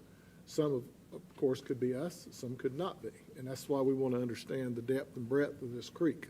But thank you so much. Agreed. Any other questions for Dr. Huchard while he's at the podium? Here. Okay, that's fine. Thank you. Thank you, sir. If there's no other comments from the public or board. Are you going to open it up for additional folks who didn't get here to sign in? Because I do have a statement. Yes, ma'am, you can come up and speak. I'll let you. We're here to hear. Well, that's what the purpose of this is. We don't want to exclude anybody. Please, your name and address for the record, please. But you've already spoken once, but we weren't supposed to double up, but that's okay. This is actually my first time Oh, here. okay, excuse Yeah. me. My name is Allison Carpenter. I live at 515 Dogwood Lane in Belmont. And the Gaston County school budget is extremely important to me as a parent of a local elementary school student. My family moved here in 2018, and we chose Belmont because it's quaint, walkable, decent schools, affordable housing, amenities like parks and lake access. We've been happy with the local schools and recognize that despite some apparent ongoing under-resourcing, the school system has done its best to serve the community, with its primary asset being staff who care and are invested in our students' success. As parents, our utmost priority for our child is to thrive academically, emotionally, mentally, and physically. My husband worked remotely, and we could have moved anywhere in the region, but we chose Gaston County. We like it here, but it's important to us that the school system is high quality and well-resourced beyond just functional. We want a good education for our daughter with enrichment activities, mental emotional support, arts, theater, sports, and we don't want to drive 30 minutes to a charter school or a private school. We love our local neighborhood schools where our teachers are parents and grandparents of our child's playmates, who we commune with at birthday parties and sports events, who care about our community and our kids. Our daughter happens to have a health condition that results in low blood sugar, so it's extremely important to us to have support staff like school nurses, counselors, social workers, who help students like her with critical health needs. So far, our daughter's school nurse, for the last 3 years, has been shared between 2 schools. And for my daughter and others like her, this means that if a nurse is not present, other staff must be available to step in and support her in the management of her condition. For kids like mine, fewer school support staff could lead to a crisis, okay? I look around me tonight, up here, and I wonder how many of you have children or grandchildren in the local school system now, and how much of a priority our schools are to you. Because the level of funding is not keeping up with the needs, nor is it keeping up with inflation, nor is it equivalent to the investment the nearby peer communities make in their schools, and I find myself wondering why. I see that Gaston County is giving pay raises to non-school county staff and has invested in an expensive baseball stadium, among other local projects. And while I support these types of amenities, my #1 priority as a resident and a parent is my child.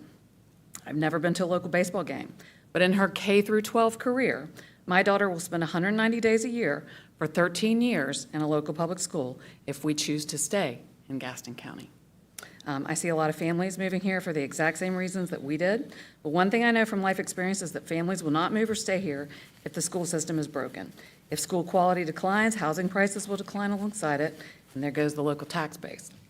You can simply pick up any real estate app and verify that trend. On a more hopeful note, I believe that our children and the public education are the most important investments that we can make as a community. They are our future. They will be our economic drivers in the decades to come, and they will be holding up Gaston County and this entire region and our country as the next generation of leaders.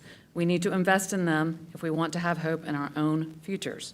So even if you are not personally invested in the local school system, I'm certain that you can see the benefit to everyone of prioritizing quality local schools. And it means finding that extra $10 million that I heard you all commit to at the last meeting. It was voted on here that the county manager was going to go back and do some homework on an extra 10 million to bump that up from 58 to 68 million. I'm hoping that you'll be able to fund those 174 staff positions that were cut, along with supplies and maintenance, in addition to working with your counterparts in our state government to pay staff a living wage. As elected leaders and county staff with significant experience in local government budgeting and funding, I'm hopeful that you can find a way to do the right thing by residents and our children and prioritize resources for our local schools today. I see it on the agenda that there's a vote today for the 58 million without that extra 10 million that we talked about, that you all talked about at the last meeting. And if that's not possible, if the county's in such a fiscal crisis that it's not possible, I think we residents deserve to know why and have a serious conversation about what else to trim out of the budget in order to prioritize our local schools. So I appreciate your efforts to right this ship. We have faith in you, and our kids do too. Okay? Thank you. Thank you.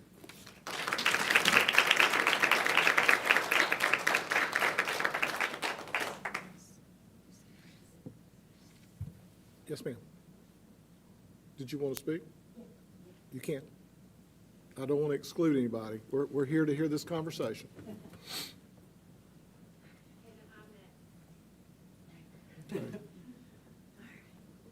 So I am very nervous, as my dear friend Lisa stated as well.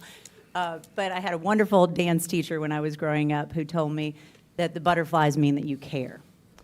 And that care developed into me becoming a nurse as an adult and expanding that care out into the world and to the community at large. So I'm going to state one thing. First off, my name, Kathleen Finch, 3731 South New Hope Road, Gastonia, North Carolina. And then I guess three things.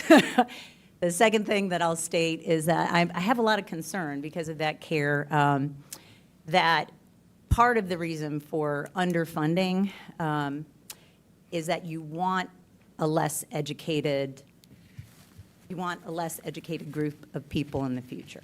And that concern develops into, a less educated group of people voting aren't going to pay attention to how money is spent, which, means it can be basically a free-for-all in the future, and that concerns me. So we'll start with that. But secondly, there was a period of time that I worked as a school nurse. It was one of the most rewarding periods of time in my life. It was phenomenal. It was such a huge blessing. It was during the time when there was one nurse at every school. Every school had that COVID funding. We were able to care for children who had juvenile diabetes. And I don't know if y'all understand the magnitude, part of being a nurse is having very real, serious conversations. And the magnitude of this is children can die if they don't have proper care. So if there's not sufficient staff that's trained at the school, if there's not a nurse at every school, this is a very serious and dire situation. This isn't a joke. It's not funny. So there's that. But also working as a school nurse, I worked with an entire village of people that were supporting these kids. It was really awesome. Like we had, the guidance counselors, we had, people working with the children for speech, things like that. We had all this great supportive staff, counselors, and we were all there to make sure that these children, were not only getting a good education, but they were getting the care and love necessary to grow up into people that will go out in the community and do good things, that will care, We would identify situations of sexual abuse, physical abuse, help diagnose kids for the very first time with learning disabilities, mental health diagnoses, and had these children not been diagnosed at an early enough point in their lives, they could have fallen to all kinds of terrible things, and so having that community, having that village to support our children, it shouldn't even be an option. Why are we even talking about this? Why are we even arguing about this? Let's be real here, people, and care. Let's just care. So that's all I have to say. Thanks.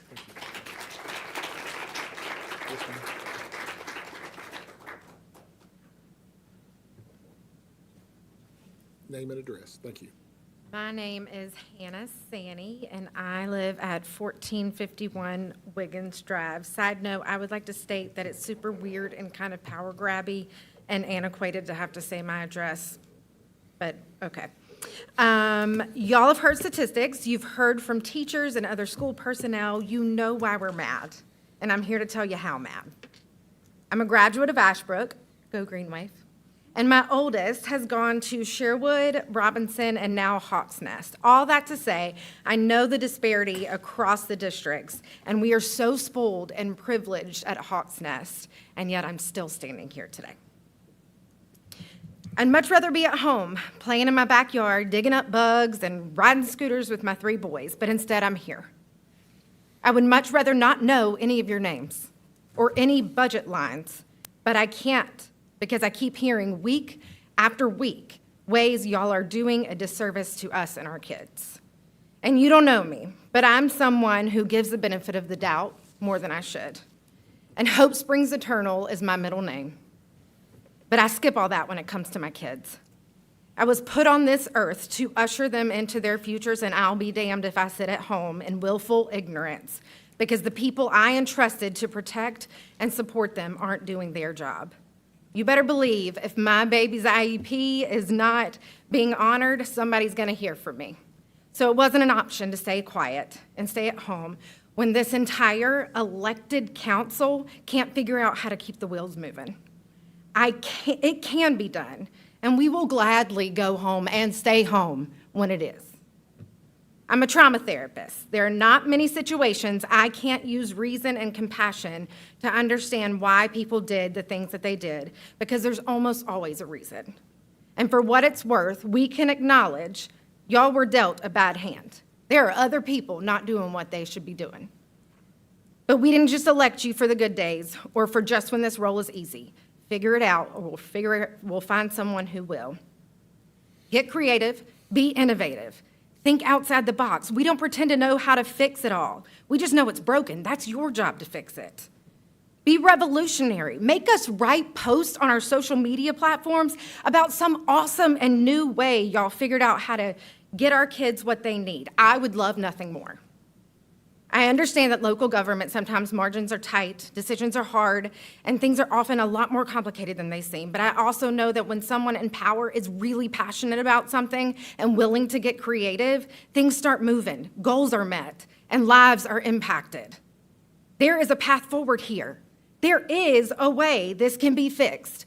One of you just needs to be brave enough to figure it out and to share it. Do your jobs so I can go back up to being home doing mine. And also, for what it's worth, in my wildest imagination, I cannot fathom one good reason that statue is out there, and every argument boils down to racism, and it's embarrassing and wild, and please do something. Thank you all.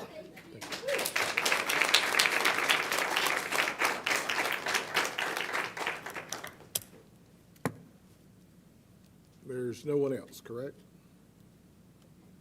Okay. That concludes the public hearing. The motion to close the public hearing for the board. Motion by Mr. Bailey, seconded by Mr. Sheehan. Any other discussion? We'll close the public hearing. All those in favor? Oh, all those in favor, please signify by saying, raising your hand and holding it up so the clerk can get an accurate count, please. I don't want her to have to guess. Okay, thank you. It's unanimous. Our next item is the adopt a resolution to approve the FY 26-27 order of levy to collect ad valorem tax for the Gaston County Unified Fire Protection Service District and set the 26-27 rates for the Long Shoal and the South Gastonia Fire Protection Districts to 0. Do I hear a motion? So moved. So moved by Mr. Kiger, seconded by Commissioner Fraley. Any other discussion? All those in favor, please signify by saying aye and holding your right hand up. Wait a minute, is this the fire? Yes. It's item B, item B. All right. Okay, now, go back. We have a motion from Mr. Kiger, a second from Mr. Fraley. All those in favor signify by raising your right hand. All those opposed, same sign. Mr. Bailey is the dissenting vote. The fire district tax is passed. To adopt the the next item is item C, to adopt the 2026-27 county budget ordinance. Do I hear, we don't do the budget ordinance yet, do we, Donna? I'm sorry? Oh, yeah, for discussion, sorry. I'll make the motion. We have a motion by Mr. Keeger for discussion to approve the resolution of the budget as the manager has presented to us. Is there a second? Was it Mr. Bailey will second that? All those, and this is for discussion, because in order for us to discuss anything, there has to be a motion and a second on the floor, and this is for discussion. And I'd like for the board, anyone on the board that would like to start, I'd like to start with Mr. Fraley. Mr. Fraley? Yes, sir, Mr. Vice Chair. I'd like to start by saying my wife was assistant teacher for 20 years at Cherville Elementary until she had to leave early to take care of her dad that was battling Parkinson's, who's no longer with us. My sister-in-law, 30-something year teacher at Cherville Elementary. My daughter's a teacher at Gaston Day now, and I used to drive one of those crowded school buses back a long time ago, whoever brought that up, and so I can deal with that a little bit. And I do go by our elementary school on a regular basis, taking backpacks to the school from our church, delivering the backpack ministry. I do that on a regular basis. So with that being said, just to tell you, I do have a little personal insight about what's going on, and I do visit the school. But I would like to start by saying that it's my understanding if we vote to pass the manager's recommended budget tonight, Gaston County Schools will be cutting approximately another 185 positions. And if I'm getting any of this wrong, somebody correct me. I may not be exactly on the numbers. There's already been 83 cut. That'll bring a total to 268. These include central office, assistant principals, teachers, media specialists, counselors, nurses, social workers, custodial, clerical, all the ones that people have brought up so far. According to Morgan Horshard that I met with this week, a flat budget, which we are set to vote on tonight, will critically impair the public schools of Gaston County. And critically is a pretty strong word. And people, there's a lot of things that, you know, and I've heard some folks speak about this tonight, you know, we're losing great local homegrown teachers that love Gaston County. And that for whatever reason, a lot of it are the things we've talked about tonight, do not see a future here. And that's just, you know, it's just shame. It's a shame regardless of whatever the reasons are. Do I want to pay more property tax? No. I don't think anybody in this room, if they were to answer that question honestly, they'd probably say no. Do I think throwing money after every problem is going to fix it? No, I don't think that's the case either.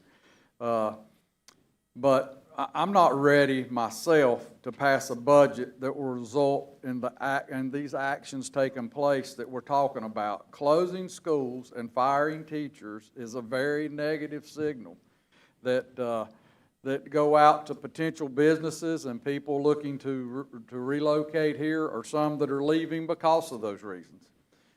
We have recruited world-class businesses into Gaston County with more on the way. What kind of sign, what kind of signal are we sending to them when we have these issues and it's headline news, articles, local articles, state articles, national articles? Who knows where it'll end up if we continue down this path. So where do we go from here? Maybe we can find some middle ground. I hope so, that we can all agree on.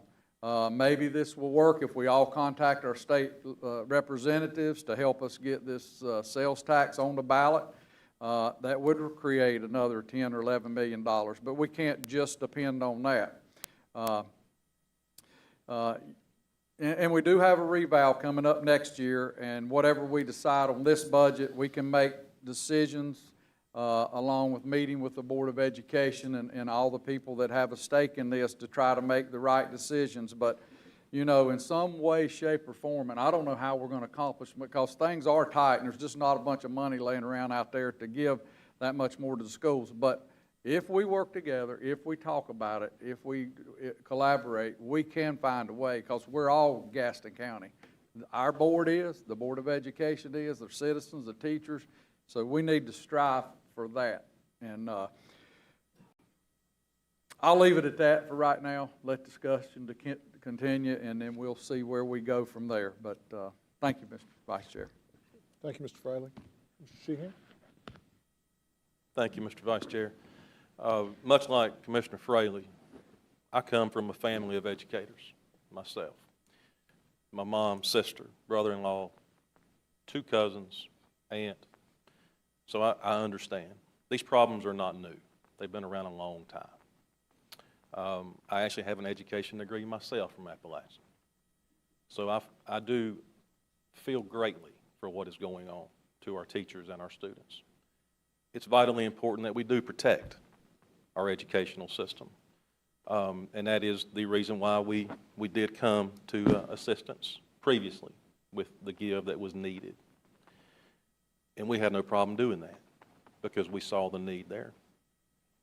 When Mr. Fraley, at the last meeting, had mentioned, gave direction to county staff to go look at options for increased funding, I want our citizens to know that we did that. He did his due diligence. And he sent us options that ranged all the way from looking at all non-mandated services of where we could cut from to pull additional money. Also gave us scenarios of increasing the tax rate. I, for one, I can't support a tax increase. Not because I don't want to increase funding. Our citizens are burdened enough.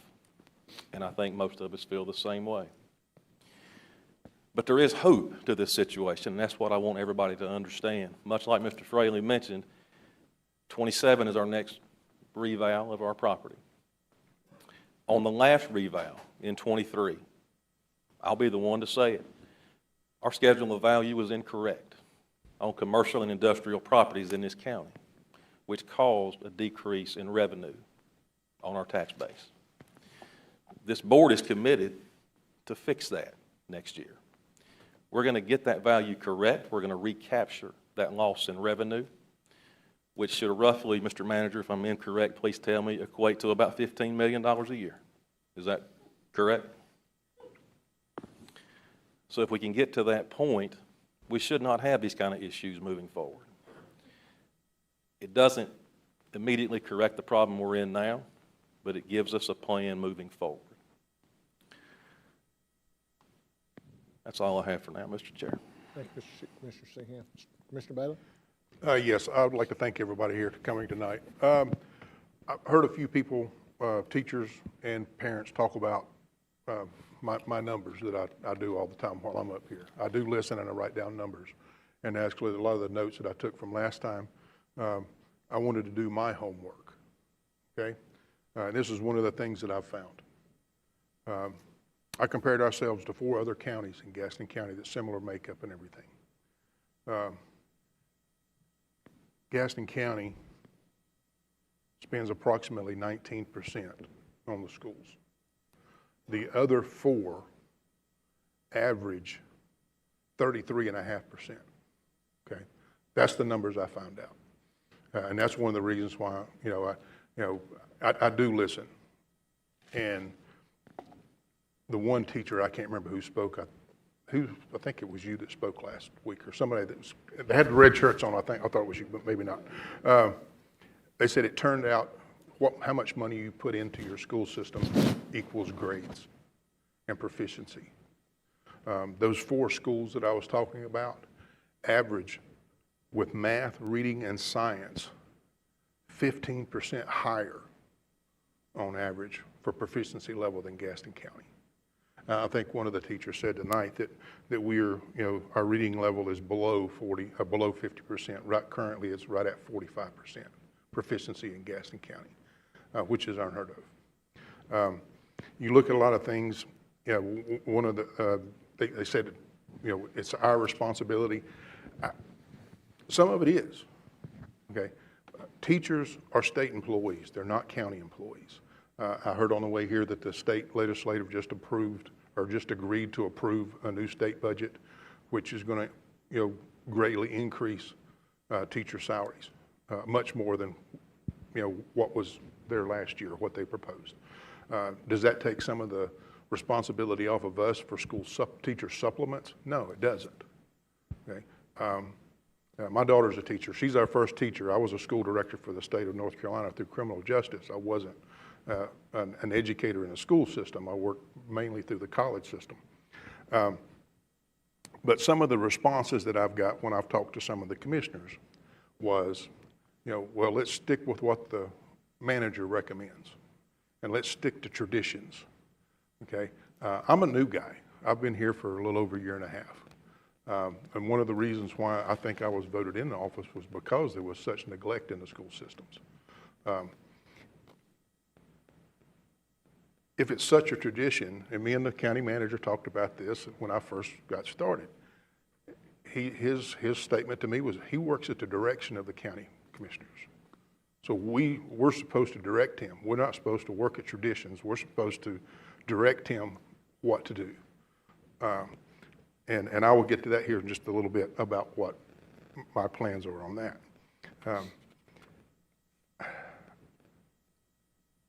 We should pay teachers more money. I totally agree with supplements. We're way behind a lot of other counties.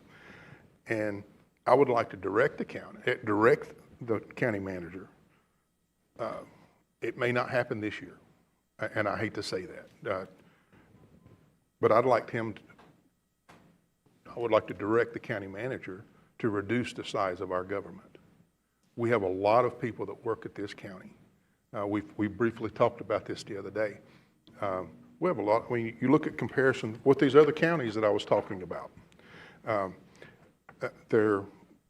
they bring in less revenue, and a couple of the counties are bigger than ours. Their tax rates, every one of them is lower than ours. And these same counties are averaging 33.5% for their school systems. So yes, you're exactly right. Some of it is our fault, okay? Our school administrators, did fall behind on some of the issues that they did with the state funding during the COVID issue, and that hurt everybody. That's where we had to come up with that $10 million. That $10 million was not just something that they were just short on. It was kind of a misappropriation of funds through the years. And it just come to a head. So we had to come up with that. Did we want to do that? No, we didn't want to do that. Okay, but you look at a lot of the things that what our responsibilities are. It doesn't make sense where we're at. And not even 20% of our funding going to schools. So.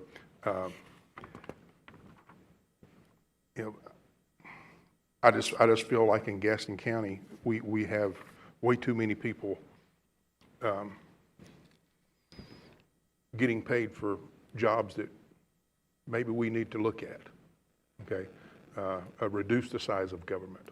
Look at my main goal in Gaston County is to take care of the schools and public safety, okay? And that's it. Everything else I feel can be cut. So, and that's all I have to say. Thank you, Mr. Bailey. Ms. Clocker? First, I would like to make comments, and then also I would like to ask our superintendent a question, as well as I would like to ask our manager a few questions. To our teachers and school personnel staff, thank you for sharing your concerns for the work you do every day for our students. Your dedication to Gaston County's children does not go unnoticed. It is clear that our school system is facing operational and staffing challenges. I understand the uncertainty and the frustrations many of you are feeling. I want you to know that I hear your concerns. The situation at hand seems to be multifaceted.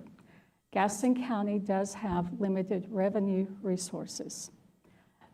Most property owners don't want additional tax increases. Some will, and some will object. There's a shortage of funding for Gaston County's operational expenses. Legally, we are not allowed to tell Gaston County schools where to direct the funding. And in my opinion, we do not have a clear picture, which really concerns me. Supporting education is not about maintaining the status quo, but about finding responsibility, forward-thinking solutions that strengthen our schools and support both employees and students. And I don't know what that answer is, but I think that we are all open to solutions, because at the end of the day, we all have to work together for the better of our community. While I strongly support our teachers and our school staff, I don't feel comfortable right now approving additional funding without a clear direction on how these funds will be spent. And what I would like to know, and I don't know if you're able to provide that now, but can you give me a list of how these funds will be directed? Will it support teacher and school staff salaries? Or is it classroom operations? Or is it basic operational expenses? Because it's really, I just need to understand from my point of view what the clear picture is. Okay, Ms. Clunker, if I can, I have a few thoughts on a flat budget, and that might answer some of the questions that you have. So Gaston County Schools has had a flat budget since the 2021-22 school year for operations. Now, we have seen $2.5 million come from you all in increased revenue, but every penny of that's gone to teacher supplements. Thank you for that. Our teachers need that. We're still behind. So when I say we've had a flat budget from 2021 to 2022 to present, that has a cumulative effect. That cumulative effect is measured under the CPI, or Consumer Price Index. And inflation in 23 was 8% by CPI. Inflation in 24 was 4%. Inflation in 25 was 3%. And inflation in 26 was 2.4%. And we talk about that cumulative effect each year. If you get that amount over 5 years, it adds up, which would have meant $11 million from our local budget for last year. So a flat budget does not recognize inflation or the cost of living increases for this year. I did notice it's in for the county, 3% along with longevity. A flat budget means another year we cannot replace 5-year-old Chromebooks for our students in our replacement cycle. By holding our budget flat and not honoring the Board of Education budget of $60 million means additional 75 positions to cut beyond the 262 we already have had to make. And then the $1.2 million in capital needs is actually a reduction. Last year was 2.27, and the industry that means we are given 24 cents per square foot to manage our 40-plus-year-old buildings on average. The industry standard is $1.35 per square foot. So a flat budget is certainly not what's best for the children. I think, and I can provide all this for you. I can show you the cumulative effect. I can show you where we said we needed it. It's come to a head. And for years we got by because we could cover it with COVID money. So I would love to provide a detailed report for you on what additional funding will provide for us. I use an example of assistant principals. And we know the value, if you spent 10 minutes in a classroom, in a school, you know the value of an assistant principal. And if we only had what the state provided for us, only one elementary school would have a full-time assistant principal. Only one middle school would have a full-time assistant principal. And 3 of our high schools would not even have a full-time assistant principal. Because we're funded on 32 positions. We have 56 schools. That's just one example. I can roll that out for you for media assistants. I can roll it out for you for school counselors, for nurses, you name the position. And what traditionally happens in North Carolina education is You have state allotment, you have federal positions, and then local funding helps support and supplement more that's needed. Assistant principals are an example, counselors. And what COVID did for us is it gave us the means to hire those professionals to meet the social and emotional needs of our children, which are not gone, but the support for them is now, because that COVID money is gone. And I know we lost COVID several years ago. And quite frankly, we should have been making cuts more than we did each year. Last year, and I've got those numbers for you, we cut 86 positions last year. It should have been 186, and it wasn't. And that's part of the reason why I had to come to you all. We knew it in September, we talked in November, and it came to a head in March. It's those services that local dollars help support, because we do everything in schools. We get them there, we feed them, we do their laundry for some students, we brush their teeth, we worry about their social and emotional well-being, and then we got to do ABCs and 1, 2, 3s. And we take them to athletic events. We do everything for them, and there's a cost to that. So, Ms. Clonger, I don't know if that answered your question, but that kind of got me to where we are with a flat budget is not what's best for Gaston County Schools. I have prepared the personnel we had last year and have shown all the cuts. I know Vice Chair Mr. Hovis has asked me for that, so I have the difference between what we had last year, what we have this year. I've also prepared what we're going to have to do if we get a flat budget, again, for the 6th year in a row. Well, our manager has provided, like, the other commissioner, I think Bailey mentioned about, different options. And so the options that we have are very limited, so to speak. Right. And so, I mean, it just makes it difficult in trying to figure out the best option for everybody involved. And I know that we have provided money out of fund balance, and I know that fund balance is not the answer, but at this point, to me, it would be better to pull from fund balance once there was a better analysis of the cost and that type of thing than in lieu of raising taxes. And that's just where I am with this.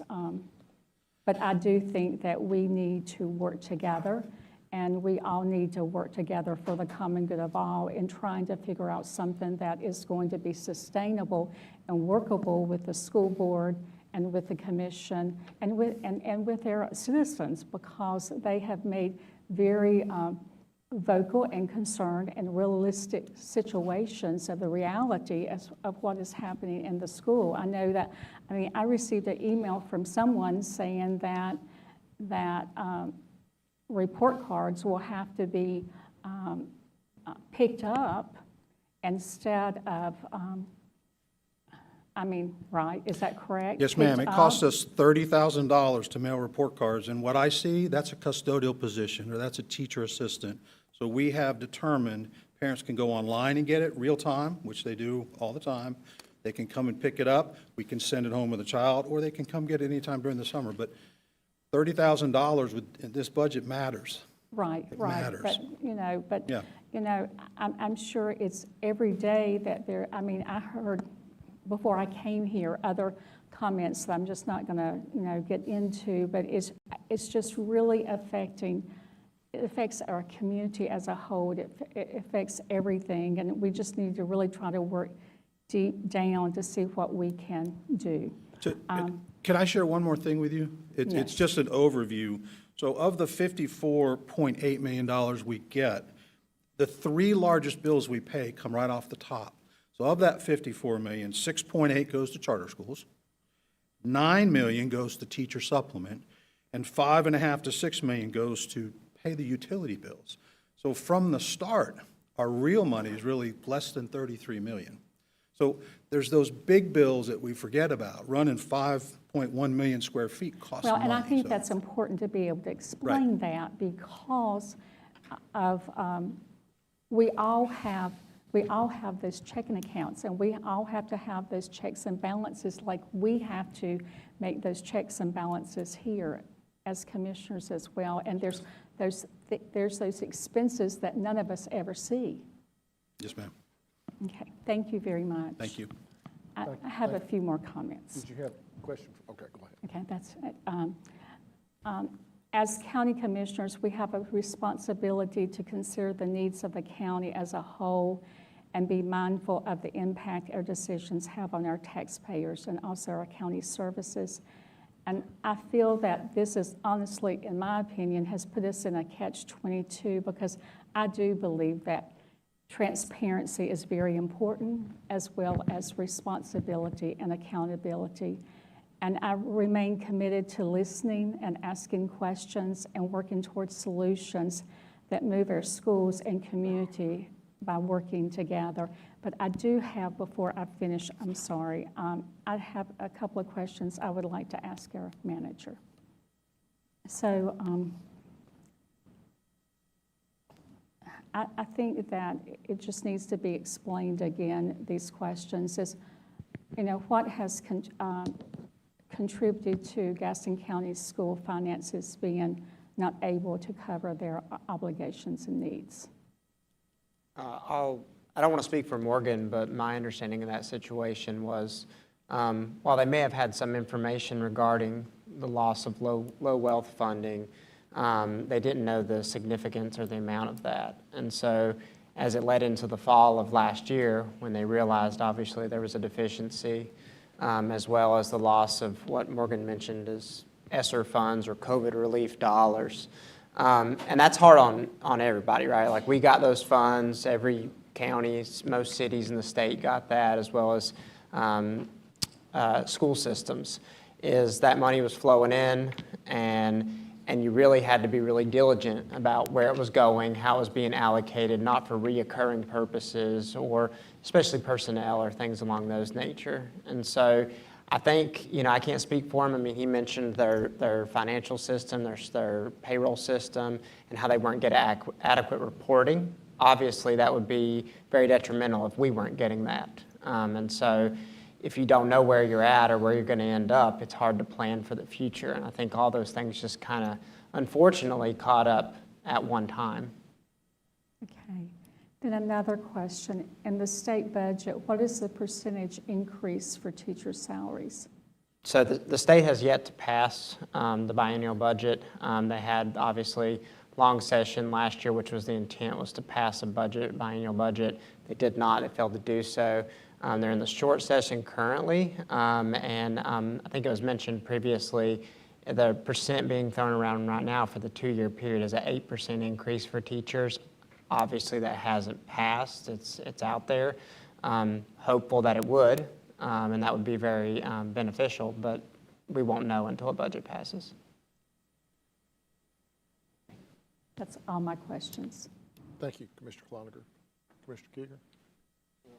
I'm not going to be redundant. So many things have been said already.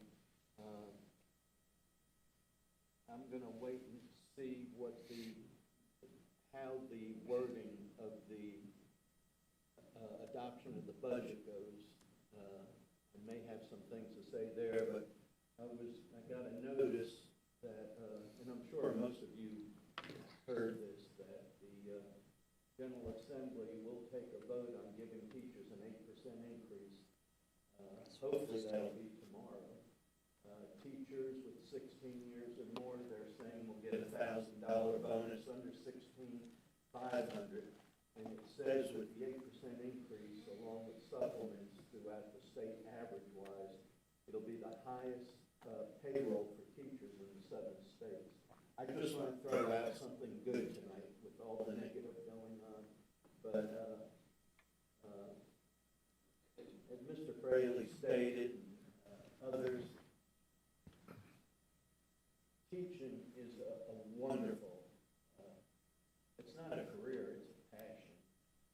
Most people don't know this. I started out my adult life with being a teacher here in Gaston County in the 70s. I was actually, memory serves me right, it was 77 or 8. They started the state certification program, and I was in the first class to be state certified. I didn't teach very long. I just couldn't take it mentally. The kids were driving me crazy. But God bless you all for being in the classroom. But as I said, I'm going to hold back any other questions or comments till after I hear what the motion is for the adoption of this year's budget. Okay. Mr. Bailey, you got a question? Certainly. Just a question from Dr. Huchard. And this is not a negative or a positive, it's just a general question. I've heard over the past couple of weeks about COVID money. Yeah. And, you know, you're having to lay people off because the COVID money is no longer there. What did we do before COVID money? Well, we didn't need the services that we had during COVID. If you remember, half the population was at schools, and we had all kinds of medical, all kind of mental health. We needed those services. And when COVID started to wane, we then used our low wealth money, which was about $8 million, and Mr. Roten mentioned that. And then when we started this year, and here's the real root of the 10 million, when we started this year, we were told there's no, in absence of a budget, state funding remains the same. Right? What they forgot to say, except for two funds, and one of them is low wealth. They changed that funding, but they didn't the 9 or 10 other major fundings we had. So that's what put us in a bind. We were using that low wealth money, as all districts do, to support those positions. So we didn't need and the COVID creep, I'm calling it the COVID creep. We crept up there and had 100 more employees than we had previously. And like I said, 2 years ago, we cut 86, and it should have been 186. But I do want to mention, those services and those professionals are still needed in our schools more than we can now. Right. Well, the one thing I did notice over the past, I think it was 5 years, that the student population for the schools have dropped about 2,000 people. Yeah, so for next year, we have 400 students less. And when I meet with, we have a group, it's the 12 largest superintendents, we meet online, Wake, Charlotte, because we have 60% of the students in the state, just in the 12 districts. And all of us are having this issue. And 440 students means about $4 million less we're going to get from the state. It means less money from federal, such as EC funding, those types of things. So there's a lot of dirt being turned, but we're seeing declining populations in our schools everywhere, not just here. Yeah. Thank you, Mr. Bailey. Any other comments? I have a few. Dr. Huchard, have you received from the Department of Public Instruction what your low wealth money will be for the new school year 26-27? We have. Would you share that number with the public? So we have vacillated until last year, 3 to 5 million. It will go back up to right at 3 million. Don't hold me to that because I haven't seen it, but it's part of our budget planning. It's 3.2 is what I'm. The one that I saw was basically what it was immediately before the 10, it was 4. I've seen it on a DPI Yeah. worksheet. Yes, sir. Yes, sir. So that conversation about reval creating the chasm,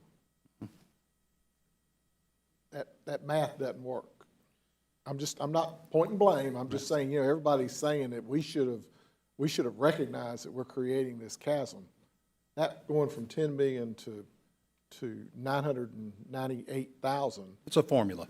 It's something, Yeah, but it's a it's formula. not all reval, because we haven't done anything since last year. We should still be at the same number, but we're back at 4. So if you'd like for me to Certainly. briefly, so the way the low wealth works is you have a value that's appraised in the county, and it's put up against the rest of the counties. And the state says, for example, if a county doesn't have the ability to tax because of their small home, whatever, the state under low wealth equalizes that.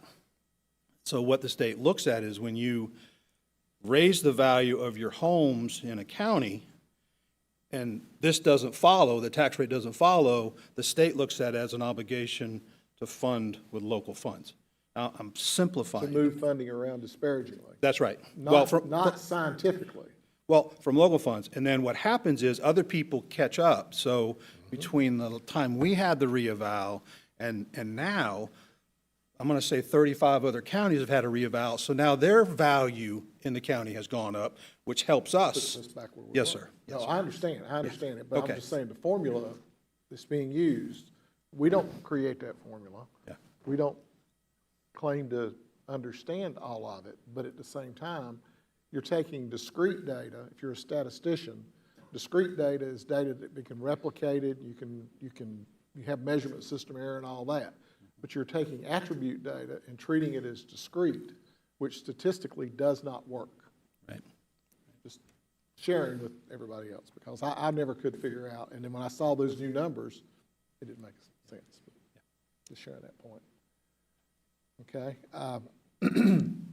In reference to my conversation, or my comments, I fully understand the value of public education in Gaston County. I am a product of that, good, bad, or indifferent, whichever you want to judge me as. All 4 of my grandchildren are involved in public education in Gaston County. Some are in charter, some are in Gaston County schools. I'm very fortunate to say that my impact, to my knowledge, has been much less than some of the comments that have been made by other parents here today, and I certainly understand your concern and your frustration.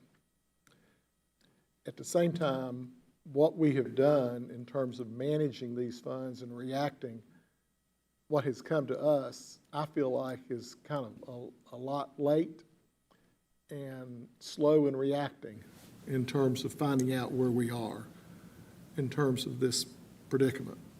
This board quickly and unanimously agreed to fund Gaston County Schools out of the fact that we can add 2 and 2 and get 4, and we had money in the fund balance attend to operational funds. It meant, I think that of that dollar amount you lost, it basically covered about $3.7 million in additional money that I don't know that anybody's talked about, but that makes the till on the county's checkbook to be almost $14 million. Yes, sir. It's my understanding that was county, that was school money, that was capital, that was converted over to That's operations. correct, but it Okay. had to be approved by this board. Yes, sir. That's what I'm saying. We did that. I mean, we could have said, you're going to keep paying capital. We didn't do that. We allowed that. We had the ability to repurpose those funds. Not unlike what we're asking the state legislature to do in the quarter-cent sales tax that we have in our back pocket that's supposed to be targeted to transportation.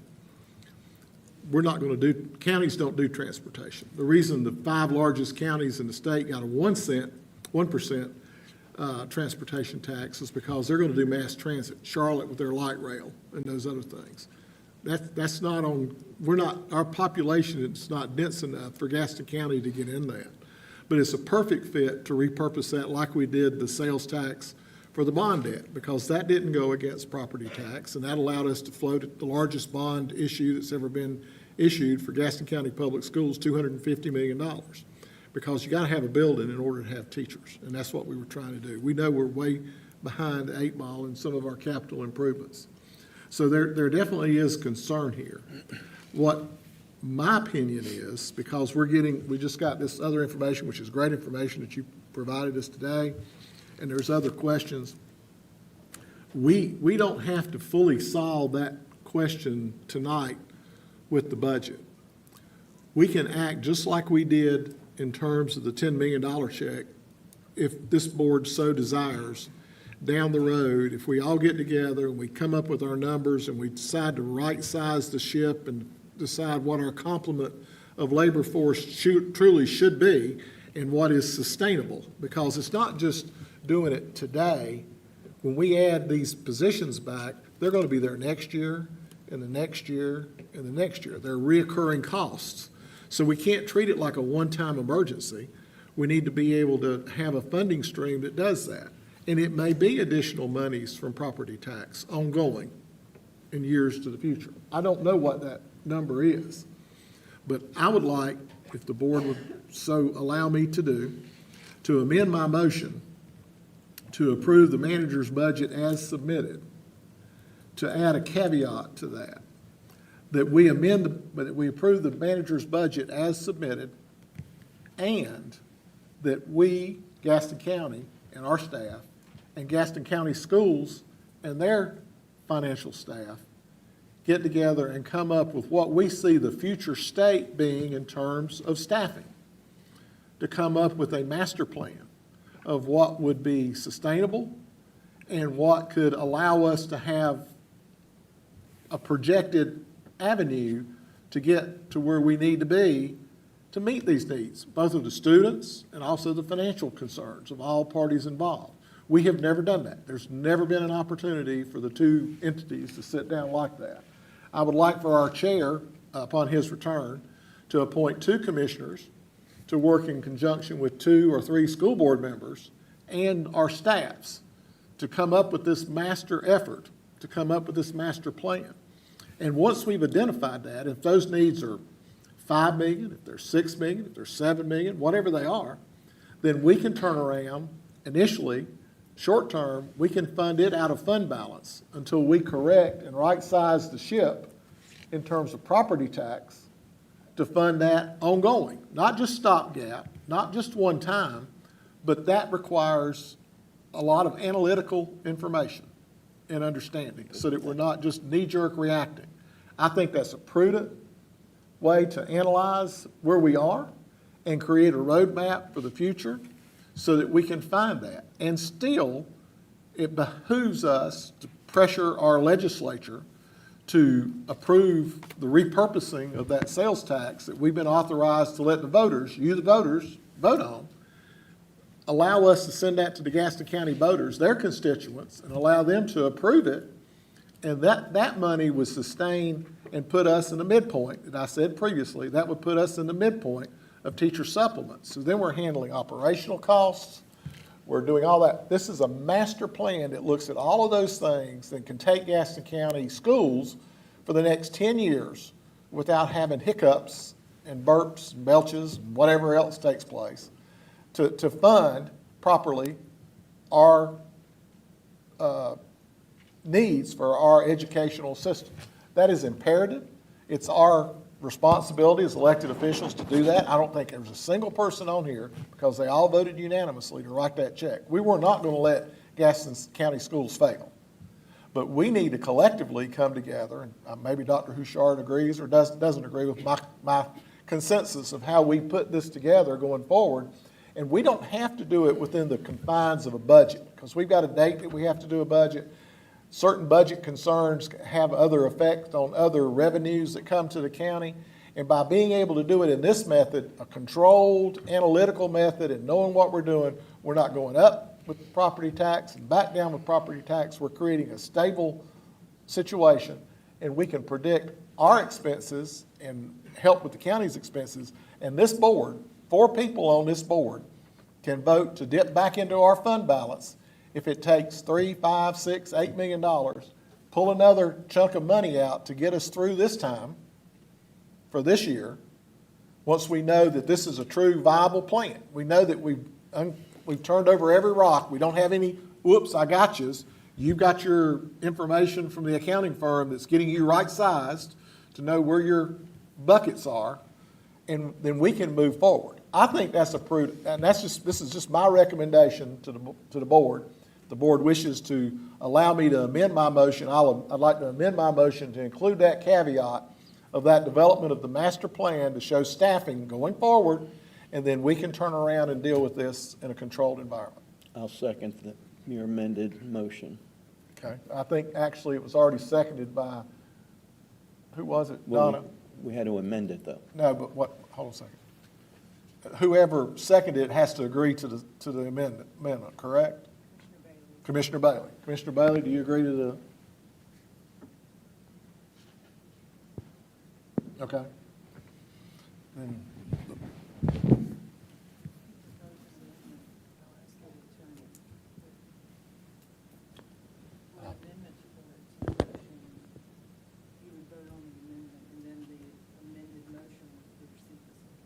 Madam Clerk is correct on that. So anybody can second my amendment, or is this person? Anyone can make a motion to amend the motion on the floor, which is to adopt the manager's budget. I'll make that. Okay, so Mr. Cougar has made the second. Okay, any other discussion from the board? Any clarifications? Everybody understand what I've tried to lay out? I'm not trying to pull a fast one. I just want to make sure the board's understanding. So you're going to put separately the schools on a separate lookout, right? We're going to collectively go together Collectively go with our together staff, and their do that. staff, and commissioners and Board of Education people alike to delve into the pie and figure out what's got basil, what's got tomato, what's got oregano, all those pieces of the puzzle, and figure out where we're at. Okay. Mr. Manager, do you think that's a prudent discussion? Want your opinion. Yes, we're happy to do that. We work very well with them, so we're happy to dig into that with them and figure out and help them identify where those needs truly are so we can bring a report back to this board about what that looks like. And I know the board had previously asked the manager to come back with some other, and I'm not saying this in his defense, this is the true statement, to come back with some options. The reason the manager did not present other options is because our budget is so tight under its current constraints. Our budget that we're looking at passing tonight is not sustainable long-term. We're going to have to do a few other things in our own house to have a sustainable budget out in the out years, correct, Mr. Manager? That is correct. I mean, our budget in total, the whole budget is up 2% over a 2-year period. So 1% annual average increase. It's not going to get it. No. Okay. With that, okay, we have a motion and a second. Any other discussion? I don't want to cut anybody off. Okay. All those in favor, please raise your hand and hold it raised to approve the motion. Okay. All those opposed? Mr. Bailey is the one dissenting a vote. And Dr. Huchard will work on putting that together. No, we need the motion. Does that sound amenable to you? I don't want to paint you in a corner. Are you asking me? Yes, sir, I thought that's what I did. I said, I think the Board of Education sent a solid plan to you with the $60 million ask, so I certainly want to share anything we need to share. You are our funding source. I mean, I have to. I say please and thank you. You understand we're I do, but I also know that I want to do what's best for children, and what's best for children is funding them so I can support them with adults and services. Yes, sir. We need a motion now to approve that we just. Okay, we voted on the substitute motion. Now we need a motion to approve the budget resolution as amended. Motion by Commissioner Kiger, seconded by Commissioner Sheehan. Any other discussion? All those in favor, please signify by raising your hand and please hold them.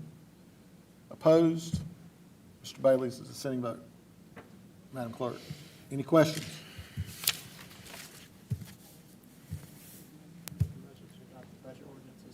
That's correct. We need a motion to adopt the budget ordinance. It includes all this stuff with the Fire Commission and what we've just done here with the regular budget ordinance. All those in favor, a motion by Commissioner Kiger, seconded by Commissioner Fraley. Any other discussion? All those in favor, please hold your hand, please. All those opposed? Mr. Bailey's is a dissenting vote.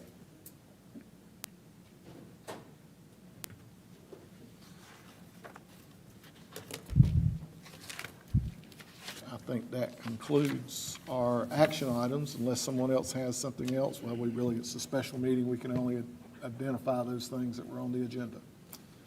But this concludes our meeting for tonight. Our next regular meeting is May the 26th at 6 p.m. here in the Harley B. Gaston Junior Public Forum at the courthouse. Thank you for watching, and thank you. If you have any questions or comments, please contact our clerk, Donna S. Buff, at 704-866-3196. Thank you. We stand adjourned.